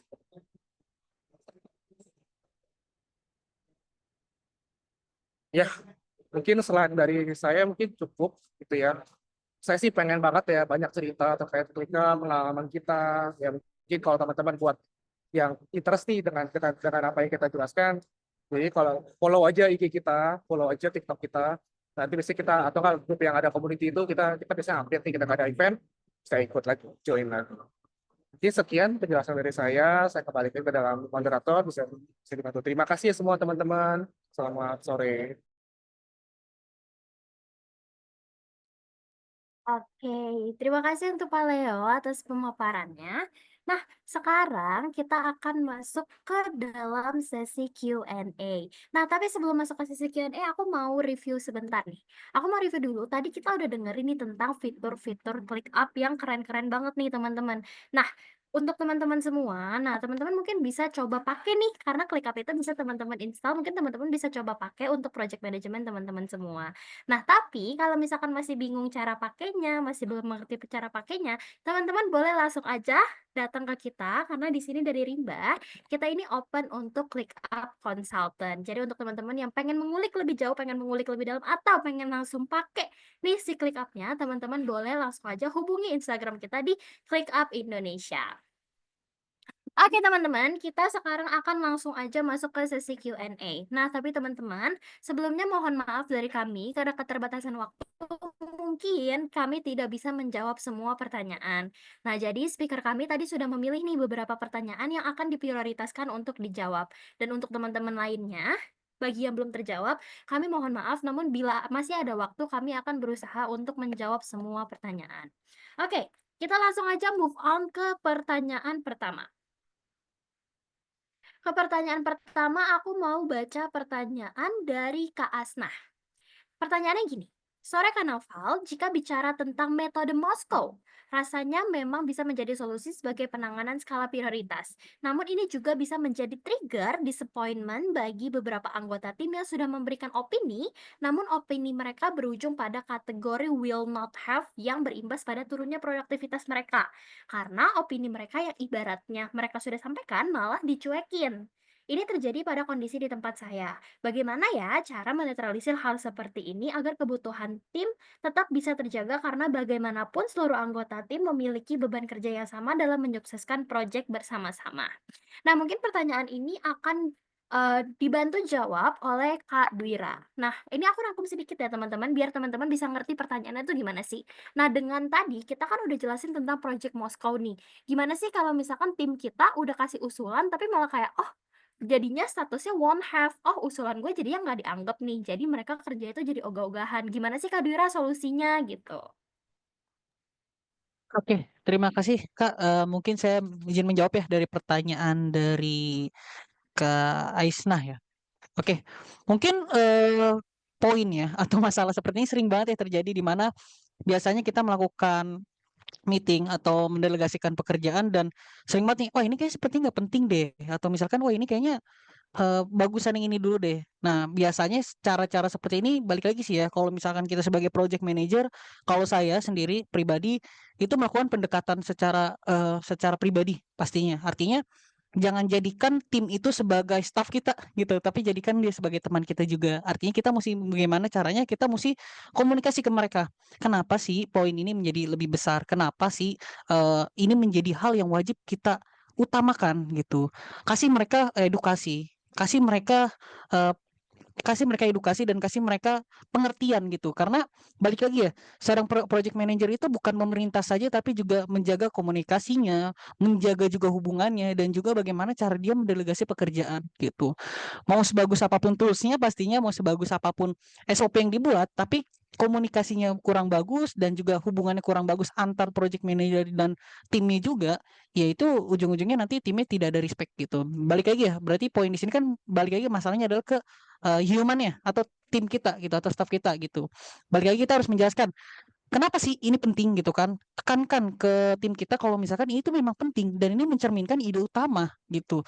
Kalau tidak ada ini tidak bisa jalan, dan ini proyek saat ini adalah prioritas kita gitu. Kita menjelaskan ke mereka. Terus juga cara kedua adalah kita lebih aktif ke mereka, lebih nanya, kayak libatkan mereka untuk diskusi. Artinya kita mengarahkan mereka untuk sesuai dengan yang kita inginkan. Misalkan kita mau buat fitur A, kita arahkan ke fitur A, utamakan atau diskusinya lebih ke fiturnya mau seperti apa, bukan fitur A dulu apa B dulu ya, bukan gitu. Jadi kalau orang terlalu dikasih banyak pilihan, nanti ujung-ujungnya terlalu banyak juga eh, opini dari mereka, dan ujung-ujungnya kalau opininya mereka tidak diterima, mereka akan ada rasa gimana ya, saya tadi udah discuss juga. Jadi arahkan ke poinnya, modulnya, tapi juga kasih mereka kesempatan untuk mengasih masukan ke kita gitu. Berikan kesempatan mereka untuk ngasih data atau argumen. Jadi berdebat by data. Misalkan mereka bilang ini lebih penting. Jadi datanya mana yang lebih penting? Kenapa bisa lebih penting? Mungkin juga kita sebagai project manager juga mungkin pengetahuan kita juga terbatas gitu. Jadi kasih mereka discuss juga, tapi based on data, dan juga kasih pengertian ke mereka. Terus selanjutnya, misalkan mereka itu mereject itu semua, mungkin kita bisa ngasih apresiasi atau kontribusi. Mungkin makasih untuk masukannya, dan terima kasih juga untuk eh, inovasinya atau apapun itu, tapi kita kasih kontribusinya itu, ya mungkin nanti kita bisa ke next dari si eh, development selanjutnya atau sprint selanjutnya. Terus kita follow up, misalkan ini balik lagi ya, kalau misalkan kita juga udah kasih tugas, kita follow up secara berkala, kita kasih follow up apakah ini udah selesai atau bagaimana progresnya udah nyampe mana gitu. Tapi kalau kita mau melakukan penekanan secara secara apa ya, ditekan gitu ya timnya. Mungkin kita bisa kasih poin-poin lebih besar kepada task-task yang mungkin itu menjadi penting bagi kita. Jadi dia mau nggak mau mesti menyelesaikan itu. Kalau nggak, kalau dia tidak selesaikan, dia tidak bisa achieve poinnya pada bulan ini, dan juga menjadi performa dia atau KPI dia akan turun gitu sih. Balik lagi karena kita harus ada pendekatan juga ke tim dan juga pengertian gitu. Karena kan balik lagi ya, masalah pada case kali ini adalah timnya yang cuekin gitu. Jadi kita udah nyuruh tapi timnya cuekin ya. Mau nggak mau kita tekankan poinnya, kita besarkan biar dia mau nggak mau mesti menyelesaikan ini dan kasih pengertian ke dia. Gitu. Kenapa sih modul ini mesti diutamakan? Seperti itu. Oke, terima kasih Kak Dwira atas jawabannya. Ya, pada intinya adalah komunikasi ya Kak Dwira ya, antar tim ya. Antar tim harus memang saling ngobrol, saling mengerti kebutuhannya seperti apa dan bagaimana. Nah, oke. Mungkin untuk Kak Asna, apakah pertanyaan Kak Dwira sudah terjawab? Ya, semoga jawaban dari Kak Dwira sudah bisa menjawab ya. Nah, selanjutnya kita akan move on ke pertanyaan berikutnya. Nah, mungkin ini adalah salah satu penanya yang paling antusias nih, karena dia ingin on mic dan mengutarakan pertanyaannya sendiri. Mungkin untuk Kak Heri Santio, boleh dipersilakan untuk menyampaikan pertanyaannya?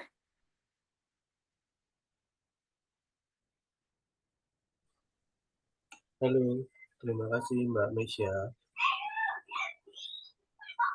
Halo, Halo Kak Santio, boleh langsung saja? iya. Mungkin saya kalau boleh saya langsung ke Mas Dwira dan ke Mas Leo ya, Mbak Mesya kalau boleh. Mungkin saya ke Mas Dwira dulu. Selamat sore Mas Dwira. Eh, Selamat sore. Mas, gini, kalau kita bicara proses SDLC, tentu kan memang tujuannya kan kita biasanya kan untuk bikin MVP atau minimum viable product ya, Mas ya, gitu loh. Nah, cuman saya lagi ada sedikit kendala seperti ini, Mas. Oke. Nah, mohon dikoreksi jika memang saya keliru dalam menjalankan strategi ini. Jadi gini, eh, sekarang kami menjalankan metode Agile untuk SDLC yang tadi sudah Mas Dira sebutkan atau jelaskan. Nah, cuman gini, kami dapat banyak sekali kendala, yaitu gini Mas.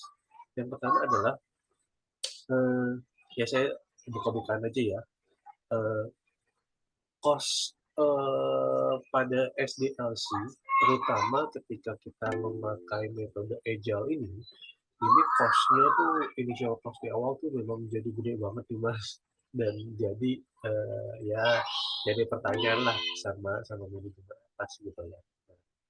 Nah, pertanyaan saya adalah apakah memang metodenya ini saya harus ganti dari agile ke metode yang lainnya seperti spiral dan sebagainya untuk bisa efisiensikan cost, atau saya tetap stick dengan metode agile ini. Kemudian uh, saya ini merasa bahwa kalau kita bicara SDLC tentunya kan kita bicaranya kan ke end result ya, Mas ya. Cuman ini saya merasa bahwa ini kita terlalu fokus pada prosesnya dan bukan menekankan pada ending resultnya, Mas. Sehingga saya merasa bahwa eh, inovasi sama kreativitas tim member tuh kayaknya tuh minim banget gitu loh. Karena proses dan nggak mikir ke MVP atau ke hasil akhirnya gitu loh. Nah, dan ini juga berimpact pada, karena kebetulan tim member saya banyak, ya banyak lah mungkin di atas 10-an ya Mas ya gitu loh. Sehingga masing-masing kayak apa ya bilangnya ya, kayak beradu, bukan berargumen tapi ya masing-masing dia punya ininya sendiri Mas gitu loh. Nah, makanya me, eh, poinnya adalah apakah memang saya tetap harus menjalankan dengan metode agile ini dengan segala macam permasalahan yang tadi sudah saya sebutkan, atau sebaiknya saya switch aja pakai metode lain dah, mau pakai spiral kayak mau pakai yang lain kayak atau gimana ya Mas. Itu untuk Mas Dwira gitu loh. Nah, mungkin kalau untuk Mas Leo, kalau berkenan menjawab, simpel saja Mas Leo. Ini klik up ini kan berbasis cloud ya Mas ya. Nah, klasik sih Mas pertanyaannya gitu loh. Security-nya gimana ya Mas? Karena kan ini ibaratnya kita bicara jantung, bukan jantung sih, tapi dashboard, tapi dashboardnya jantung operasional lah Mas gitu loh. Sehingga ya ketika nanti ke hack ya kompetitor bisa tahu nih movement kita lagi ngapain, lagi ngapain, lagi di fase apa dan sebagainya. Kemudian, apakah bisa dijelaskan juga untuk minimum requirement untuk running si ClickUp ini biar bisa running smooth gitu loh. Mungkin minimum GPU, RAM, ROM, memori, bandwidth, atau mungkin minimum OS-nya juga, Mas, baik itu di Microsoft ataupun di macOS. Itu saja sih pertanyaan dari saya. Terima kasih atas kesempatannya Mbak Nesya. Mungkin boleh dapat jawaban juga dari Mas Naufal dan Mas saya. Terima kasih. Selamat sore. Baik, terima kasih untuk Kak Heri atas pertanyaannya. Mungkin boleh langsung dijawab untuk pertanyaan pertamanya oleh Kak Dwira. Oke, pertanyaannya cukup bagus juga Pak, cukup baik juga gitu. Mungkin saya menjawab based on my experience aja Pak ya gitu. Masalah harus tetap di SDLC dengan konsep agile atau mau pindah dengan metodologi lainnya. Kalau saya lebih pro untuk kalau internal ya Pak ya, itu pakainya tetap pakai agile Pak. Tapi biasanya saya melakukan report dari segi cost itu biasanya per 3 bulan Pak. Per 3 bulan saya melakukan reporting dari costnya bagaimana dan nanti ke depannya seperti apa. Jadi kalau misalkan kita membuat planning setahun, biasanya stakeholder itu agak sedikit ada rasa khawatir karena kan kita juga tidak tahu nih setahun nanti modulnya apa aja ujung-ujungnya karena kita planning setahun tapi biasanya kita melakukan planning itu kalau di saya adalah sebulan sekali. Di bulan ini ada teknologi apa nih? Terus biasanya user responnya seperti apa? Di bulan depan baru saya planning ketika mau mendekati closing sprint gitu. Biasanya saya udah planning biasa setahun tapi setiap bulannya saya membuat planning ulang setiap bulannya karena untuk menyikapi keadaan dari user dan keadaan pasar juga Pak. Biasanya saya melakukan report ke stakeholder untuk cost dan apapun itu per 3 bulan biar nanti tidak ada kekhawatiran nih dari stakeholder untuk biaya costnya gitu. Itu yang pertama Pak untuk yang masalah SDLC itu sendiri dan atau agile itu sendiri. Jadi saya masih lebih pro untuk ke metode adalah agile Pak karena untuk buat apa kita menutupi cost kita seakan-akan costnya murah tapi ujung-ujung modulnya tidak relevan lagi Pak gitu kalau misalkan kita buat 1 tahun ya udah 1 tahun pakai metode waterfall misalkan kita buat 1 tahun nih development costnya sudah jelas berapa orangnya berapa selesainya kapan tapi ujung-ujungnya modul yang kita buat dalam setahun ini tidak relevan lagi dengan keadaan pasar saat ini gitu jadi saya lebih pro untuk metode agile itu sendiri yang dimana saya melakukan planning dan reportingnya itu biasanya sebulan sekali atau 3 bulan sekali untuk biaya costnya itu sendiri 3 bulan sebelumnya dan 3 bulan ke depan seperti apa itu secara garis besarnya. Terus bagaimana tim itu berpikir MVP gitu ya? Apa atau misalkan berpikir tujuan kita seperti apa? Biasanya saya selalu melibatkan tim itu sendiri, Pak. Biasanya kayak melibatkan dari tim developer, kita membuat ini nih, modulnya seperti ini tujuannya. Saya biasanya tidak memberitahu user story-nya di awal biasanya. Saya user story-nya saya keep dulu, kita meeting akbar, biasanya saya meeting akbar besar, kasih masukan ke mereka. Nah, nanti baru saya kasih oke kesimpulannya kita akan bikin seperti ini dan bagi seperti ini. Nah, tujuannya untuk apa? Biar seakan-akan ide mereka kita pakai, Pak. Jadi mereka punya berpikir, oke, gue harus menyelesaikan modul ini, fitur ini, karena ini adalah ide saya gitu. Ide saya untuk yang saya implementasi ke perusahaan. Biasanya saya sebelum benar-benar memberikan user story, saya memberi kesan kepada tim, oke, silakan kasih masukan. Padahal saya sudah bikin nih backlognya. User story-nya saya sudah bikin, tapi saya lebih ke, oke kita akan bikin fitur ini tujuannya ke sini. Gimana dari kawan-kawan, ada ide gak atau gimana gitu. Itu untuk menjaga kedekatan juga ke tim, Pak. Gitu. Biasanya per project saya timnya ada sekitar 20 sampai 30 untuk staffnya sendiri atau timnya sendiri di mana kita biasanya ada meeting tuh dalam 1 hari benar-benar meeting besar gitu Pak. Dan lebih ke garis besar yang saya jelaskan biar mereka ngasih masukan atau ide Pak. Seperti itu.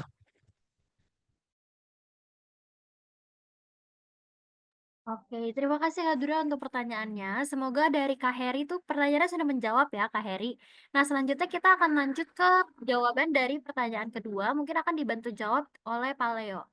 Mungkin dari Pak Leo bisa dibantu jawab.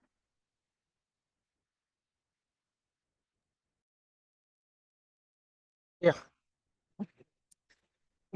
pertanyaan pertama yang saya tangkap tadi dari Pak Kak Hari Santio ya. Pertama, masalah security. Ya. Kalau masalah security, saya coba sebenarnya di ClickUp secara mereka tuh sudah certification ISO ya. Saya mungkin akan share ini di dalam grup dan mungkin sekaligus share screen juga. Nah, teman-teman boleh lihat kalau memang mau lihat juga. Dan saya mungkin sedikit share screen juga biar enak ya. Pertama, secara security, keamanan data ya, itu sudah pasti. Saya nggak menjamin 100%, nggak ada namanya security paling paling aman tuh nggak ada. Pasti aman tuh nggak mungkin. Nah, cuma mereka sudah melakukan sertifikasi dari beberapa, gitu ya, HIPAA, dari SOC 2, ISO 27001, nah, dan sebagainya. Data center mereka register semua di dalam AWS atau Amazon. Nah, di sini mereka pakai AWS Platform, S3, S3 dan sebagainya. Nah, terus yang pertanyaan kedua masalah spesifikasi atau requirement dari ClickUp sendiri.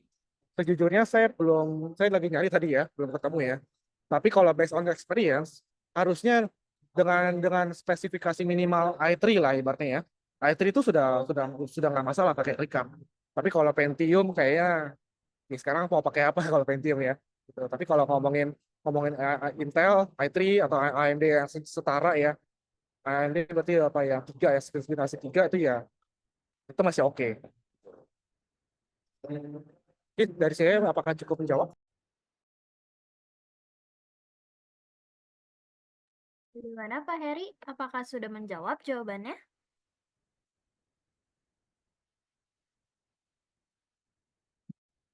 Untuk minimal OS-nya gimana Pak?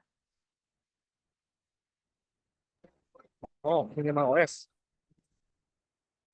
Pengalaman kita pakai Windows 7 saya belum pernah coba. Kalau Windows 10 itu pasti pasti nggak masalah gitu. Windows 10 lah kalau mau cari aman lah ya. Windows 10, kalau MacBook ya harusnya sih MacBook udah oke, nggak ada masalah.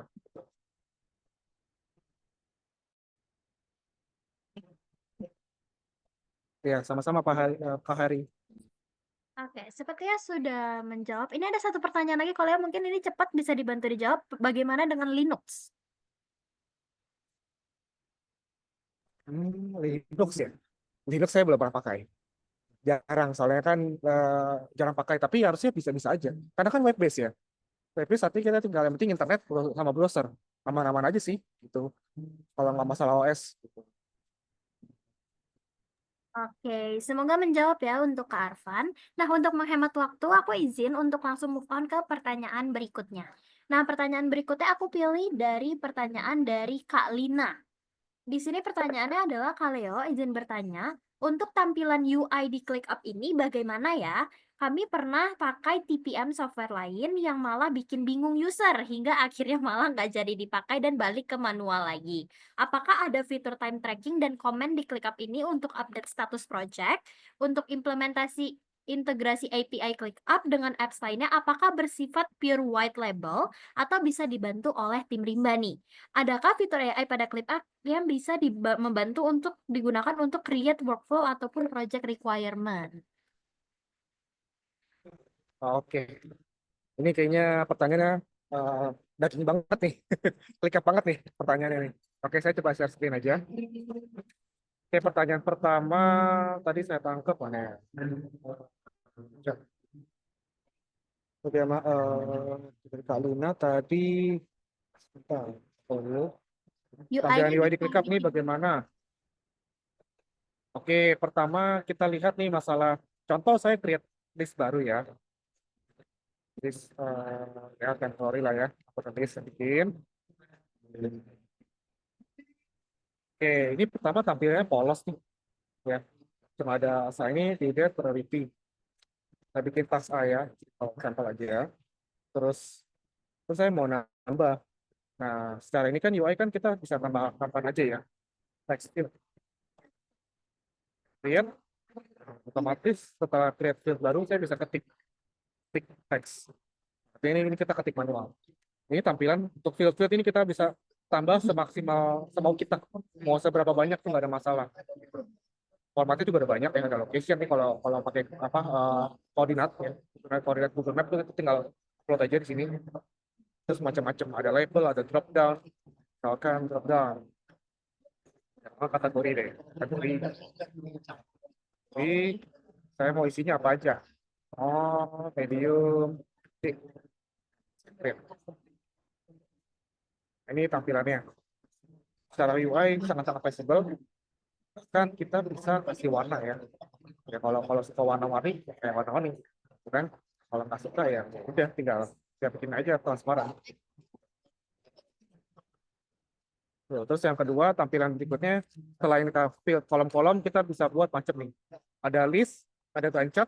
Selama di list di taksnya kita masukin nih start date sama due date-nya. Start date tanggal berapa? Misalkan start today, due date-nya misalkan 24. Nanti di gancet akan otomatis muncul. Ya, saya share ini ya, share recap-nya. Di Februari ini ada task A nih dari hari Jumat sampai ke Selasa tanggal 24. Jadi kita ada lagi task lagi, tinggal kita bikin aja. Contoh, mana ya? Saya bikin task baru. Nah, tes. Nah, saya mau bikin timeline lagi nih di sini. Saya tinggal klik, saya drag and drop. Nah, ini sangat memudahkan ya. Bahkan kalau memang kita mau gerakin berbarengan, kita bisa bikin dependensi. Terus kita setting di sini harus gitu dependensi. Ketika saya drag and drop ini cukup geser. Timeline-nya itu geser. Easy to use banget ya, bisa dibilang. Terus ada Kanban, kita tinggal buat aja Kanban. Datanya sama, tapi tampilannya beda-beda tuh. View-nya ada status dan sebagainya. Kita bisa grouping sesuai yang kita butuhkan. Jadi groupnya hanya dari status, nggak dari status saja. Bisa assign, bisa berdasarkan custom field yang kita udah buat. Nah ini ada hari ulang tahun, ada due date dan sebagainya. Itu kita bisa grouping di situ. Filternya banyak banget. Nah misalkan ini ada lagi custom field ya, mungkin sini belum muncul karena belum ada. Contoh saya mau bikin filter by date, due date. Ini ada banyak banget nih, ada this month, last month, next month, today and earlier, dan sebagainya. Ini ada banyak banget. Ya, terus masuk ke apa kolom form. Nah ini buat teman-teman yang sering pakai Google Form, bikin Google Form kita bisa bikin di sini. Contoh saya bikin form yang udah template-nya ya, sudah jadi ya. Nah IT request form.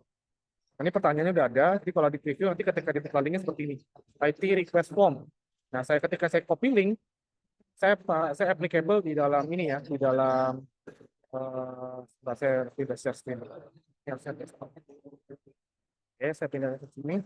Ketika saya buka link baru, saya paste linknya, maka jadinya seperti ini. Contoh.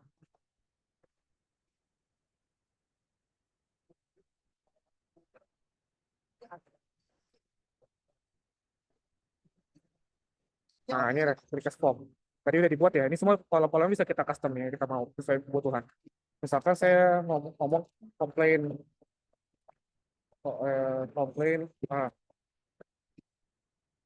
ABCD ya, biar gampang lah, biar cepat. Saya bikin submit. Ketika di submit dia otomatis menjadi task dalam ClickUp. Oh, ya. Ini saya udah buat. Nah, muncul nih komplain E. Nah, ini dalam tasknya kita bisa komen-komenan. Tadi kan ada pertanyaan soal komen ya. Ini tolong dikerjakan. Saya mention siapa? Misalkan saya mention Wira. Tolong dikerjakan. Nanti Wira bisa reply nih, bisa komen-komennya di sini. Dan seterusnya. Jadi kita bisa bikin thread, bisa bikin posting baru, atau kita reply di thread yang udah ada. Tuh. Terus tadi ada pertanyaan juga ngomongin time tracking. Nah, ngomongin time tracking, ini simpelnya gini. Saya bikin, sorry, saya adding view yang belum muncul ya aja ya. Time estimate sama time track. Jadi kan kita bikin simulasi, misalkan kita bikin, oh ini kira-kira 4 jam selesai. Dan ternyata kita mau berjalan nih, kita bisa start, artinya udah kita timing aja, kita sampai kerja. Ketika sudah selesai kerja, misalkan kita udah chat stop, otomatis nanti datanya ke record nih. Oh terpakai, ada lognya nih, 1 menit di hari Jumat jam 4.40 selama 1 menit. Tuh, atau kita hapus juga bisa, atau kita ketik manual, misalkan juga bisa 3 jam. Gitu. Terus pertanyaan berikutnya masalah white label. White label nanti ada package-nya untuk dari ClickUp. Jadi ClickUp itu ada fiturnya untuk white label. Jadi nanti nama linknya, nama itu yang semua sesuai dengan company ya, atau entitas ya. Jadi kita bisa rubah custom. Selanjutnya fitur AI. Nah di sini ada namanya ClickUp Brain. Nah di sini kita lagi yang di workspace ini kita nggak pakai. Mungkin saya bisa show next time ya. Tapi sebenarnya AI udah ada. Jadi kita tinggal ketik kita mau bikin apa atau kita mau bertanya apa. Itu semua tinggal kita ketik di sini. Nah ini kan ada nih search with AI. Nanti kita bisa dapat brief. Jadi kalau tasknya sudah banyak historinya, kita bisa minta si AI rangkumin. Ini sekarang apa sih posisinya? Sekarang lagi ngomongin apa sih? Nah, kita tinggal ketik aja sama AI, dia kasih rangkumannya. Tuh. Terus ada lagi apa nih? Workflow. Wah, ini spesifik banget nih pertanyaannya. Workflow, workflow pertama, kayak tadi saya cerita tentang sprint. Nah, workflow pertama kita semua adding task itu kita masukin ke dalam backlog. Nah, ketika backlog sudah matang, artinya kita masak dulu sini tadi. Kita isi data, kita define, kita pakai milestone dan sebagainya, kita kasih poin dan sebagainya, lalu kita adding ke sprint. Gitu ya. Kita misalkan adding ke sprint 2 nih misalkan. Nah, berarti kan ini udah workflow nih bisa dibilang. Artinya task ini kita pindahin ke dalam sprint 2. Berikutnya siapa yang kerjain? Nanti kan sini sudah desain. Nah, dalam sini assign itu kita statusnya udah kita bisa custom. Nah, di sini ada statusnya apa? Misalnya kita bikin apa? Ini aja dari aktif ya. In review. Nah, nanti di review sama QA misalkan. Terus yang kedua si QA kasih apa? Kasih update request. Artinya fitur ini ada yang kurang, ada bugs atau enggak ada yang kurang kolomnya. Dia pindah statusnya ke update request. Dan seterusnya sampai akhirnya kita masuk ke done. Atau saya bikinnya bisa accomplish. Nah, jika accomplish berarti kan ini tugas ini sudah bisa dibilang define-nya sudah selesai. Lalu kalau close ini artinya sudah hilang, sudah kita close saja, berarti udah case close, sudah nggak perlu dibahas lagi. Itu workflow pertama. Workflow kedua kita bisa bikin namanya automation. Tadi saya belum show ya. Sekarang saya show untuk folder untuk automation. Nah, ini tampilannya. Tampilannya sini ada trigger nih. Ketika create task atau apa? Ketika subtask create atau custom field berubah, status change dan sebagainya, lalu kita set apa? Custom field. Triggernya bisa banyak. Ini ada banyak banget nih. Create task, subtask, change due date, set custom field, change priority, ada banyak banget deh. Nah, ketika sudah buat seperti ini, kita udah bisa merancang workflow. Nah, biasanya walaupun seperti ini kan pemahaman user baru ya terhadap ClickUp kan memang namanya baru ngulik ya pasti akan ngeblank gitu. Fitur apa aja saking banyak fitur, justru kita hadir di sini Rimba sebagai konsultan yang ClickUp. Kita akan datang ke customer butuhnya berapa license, terus butuhnya kepentingannya apa aja, kita define, kita discovery, lalu kita rancang. Kita berikan suggest atau kita berikan masukan supaya penggunaan ClickUp-nya lebih maksimal. Supaya fitur workflow yang terjadi yang selama ini masih manual kita pangkas dengan sistem dengan ClickUp ini. Nah, itu yang justru peran kita sangat membantu di situ. Kita bantu di situ. Karena kita kan sudah handle banyak klien ya. Dari berbagai bidang usaha juga kita udah handle. Jadi kita bisa banyak kasih insight yang dari berbagai sisi gitu. Bahkan yang bukan tim developer aja kita bisa arahkan dia pakai konsepnya agile gitu. Karena ini cocok nih buat pakai agile. Ini nggak cocok pakai agile, pakainya ini. Nah, kita bisa mendefine itu, kurang lebih seperti itu. Nah, di luar itu ya memang kalau misalkan interest dengan ClickUp, interest dengan jasa layanan kami bisa kontak kami juga gitu sih. Malah jualan, tapi bukan jualan sih. Gitu. Oke, terima kasih Ya, Pak. sekian dari saya.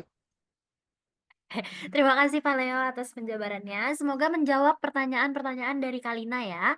Untuk Kalina mungkin boleh direspon apakah pertanyaannya sudah menjawab. Nah, sayang sekali teman-teman, waktu kita sudah lumayan overtime nih teman-teman. Jadi mohon maaf sekali untuk teman-teman yang sudah bertanya yang lainnya, belum bisa kami jawab untuk saat ini. Nah, mungkin ke depannya kami akan membuat sesi webinar lagi nih teman-teman, untuk menjawab semua pertanyaan-pertanyaan yang sudah kami kumpulkan. Nah, biar teman-teman gak ketinggalan nih sama informasi-informasi webinar lainnya, boleh langsung aja di-follow semua Instagram kita. Nah, nanti akan aku share Instagramnya di grup kita ya teman-teman. Boleh langsung nanti dicek aja webinar-webinar terbaru.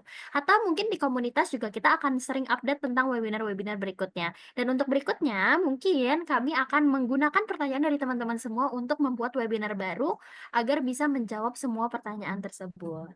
Nah, mungkin sekian aja sesi Q&A hari ini, teman-teman. Nah, kita akan lanjut ke session berikutnya. Kayak yang aku udah janjiin di awal nih, teman-teman. Hari ini kita akan bagi-bagi hadiah. Nggak cuma bagi-bagi ilmu, nggak cuma bagi-bagi masukan, nggak cuma transfer otak, Kita juga hari ini akan bagi-bagi hadiah berupa e-money dan merchandise yang menarik-menarik banget nih teman-teman.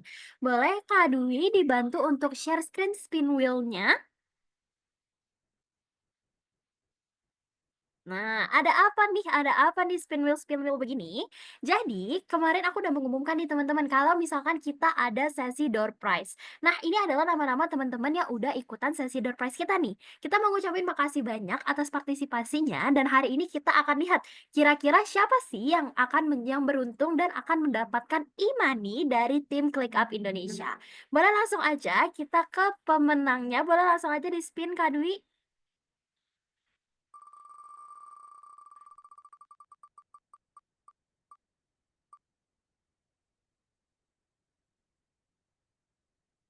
Oke, ini dia pemenang kita. Selamat buat Kak Muhammad Ulil Muhazib. Boleh untuk Kak Muhammad atau Kak Ulil, boleh langsung aja ditulis di kolom komentar apakah ada di ruangan Zoom ini. Untuk Kak Ulil boleh langsung saja, kalau nggak ada kita akan spin sekali lagi nih.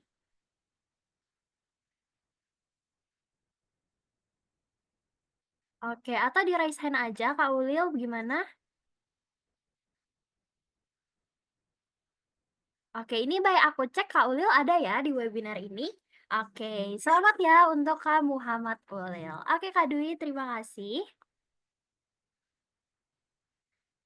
Oke. Nah, tadi juga aku udah janjiin kalau misalkan kita hari ini kita mau ngumumin tentang best question juga nih teman-teman. Kita ada penanya-penanya terbaik kita hari ini. Dan yang tadi aku lihat tuh sumpah semuanya pertanyaannya tuh keren-keren banget, dalam-dalam banget dan berdaging-berdaging banget nih teman-teman. Tapi ini adalah pilihan-pilihan dari kita yang menurut kita adalah pertanyaan-pertanyaan terbaik nih teman-teman. Jadi, langsung aja aku umumin untuk best question kita hari ini.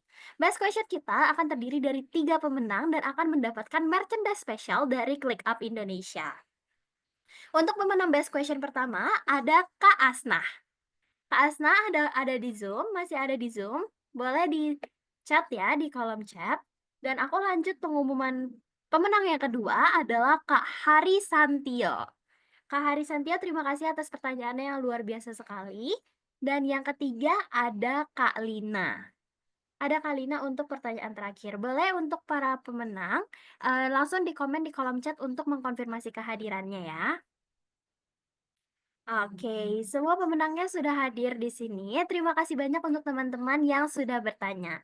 Nah, sayang sekali kita udah ada di penghujung acara. Kami dari tim Rimba House dan ClickUp Indonesia mengucapkan terima kasih sebesar-besarnya untuk teman-teman semua yang sudah berpartisipasi dalam acara hari ini dan menunjukkan antusiasme luar biasa pada topik yang kami sampaikan hari ini. Kita jujur kita semua senang banget teman-teman ngeliat teman-teman semua sangat open mind untuk bertukar pikiran dengan kita, sangat open mind untuk menerima semua informasi dari kita. Dan kami dari tim Rimba House dan ClickUp Indonesia memohon maaf yang sebesar-besarnya teman-teman apabila ada kesalahan yang terjadi. Nah, sebelum kita end session hari ini, aku mau introduce ClickUp new feature nih teman-teman. Jadi, ClickUp Indonesia ini baru-baru ini nge-launch nih fitur terbaru yang keren banget namanya chat. Nah, mungkin teman-teman pernah dengar atau sering pakai Discord atau Slack dan segala macamnya ya teman-teman. Dan aku sering dengar di kendala-kendala yang kayak, aduh, boleh nggak sih jangan chatnya di WhatsApp? Saya ngerasa ranah pribadi saya terganggu. Atau misalkan ngelihat kayak, aduh susah nih aku 2 aplikasi pindah-pindah jadi bingung gitu. Nah, dengan fitur chat WhatsApp ini, fitur chat sudah terintegrate teman-teman. Jadi komunikasi antar tim bisa langsung aja langsung aja pakai ClickUp. Jadi nggak perlu bingung lagi, aduh ini mention task yang mana ya? Karena teman-teman dengan fitur ini bisa bener-bener langsung mention task yang dimaksud, bisa bikin grup, bisa chat real time segala macam. Jadi langsung aja buruan pakai ClickUp karena biar bisa cobain fitur terbaru kita. Oke. Nah, teman-teman juga boleh untuk informasi selanjutnya. Oh, masih ada ternyata promonya belum habis. Promonya masih ada. Nah, kita juga punya penawaran menarik. Kita punya spesial di webinar hari ini. Kita punya penawaran yang menarik banget nih. Dengan pembelian 40 user business plan, teman-teman bisa dapetin free 2 user pengguna. Jadi, Khusus untuk teman-teman yang ada di webinar hari ini, kita kasih special benefit. Jadi yang masih tadi udah tertarik nih, kayak mau pakai ClickUp deh, kayak pengen pakai ClickUp deh. Udah buruan langsung aja hubungi kita, buruan aja langsung kunjungi website kita www.clickup.co.id buat langsung dapetin promo ini. Ada lagi Kak Dwi? Oh, udah ternyata. Oke, mungkin segitu aja informasi yang bisa kita sampaikan hari ini. Makasih banyak teman-teman semua yang udah join sampai akhir ini. Terima kasih untuk 50 orang yang setia mendengarkan aku, mendengarkan tim ClickUp Indonesia dan tim Rimba House sampai akhir. Mohon maaf yang sebesar-besarnya apabila ada kesalahan. Dan sebelum kita end, boleh ya teman-teman kita on cam dulu, kita foto bersama. Boleh kita on cam dulu bareng-bareng, kita foto bersama. Mungkin Kak Dwi boleh minta tolong dibantu screenshot ya Kak Dwi.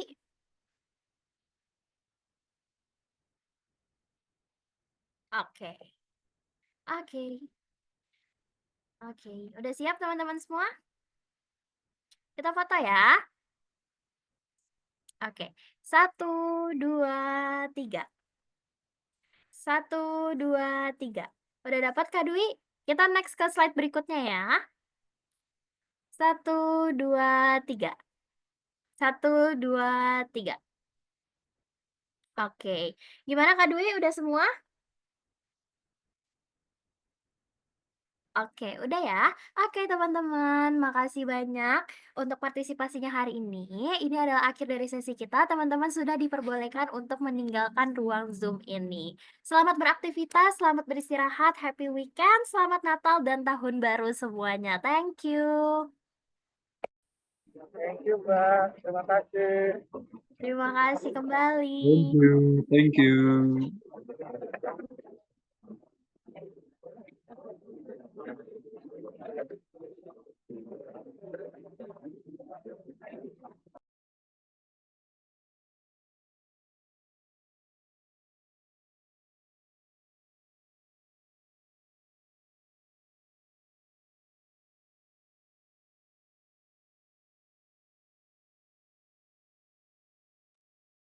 Halo Dewi.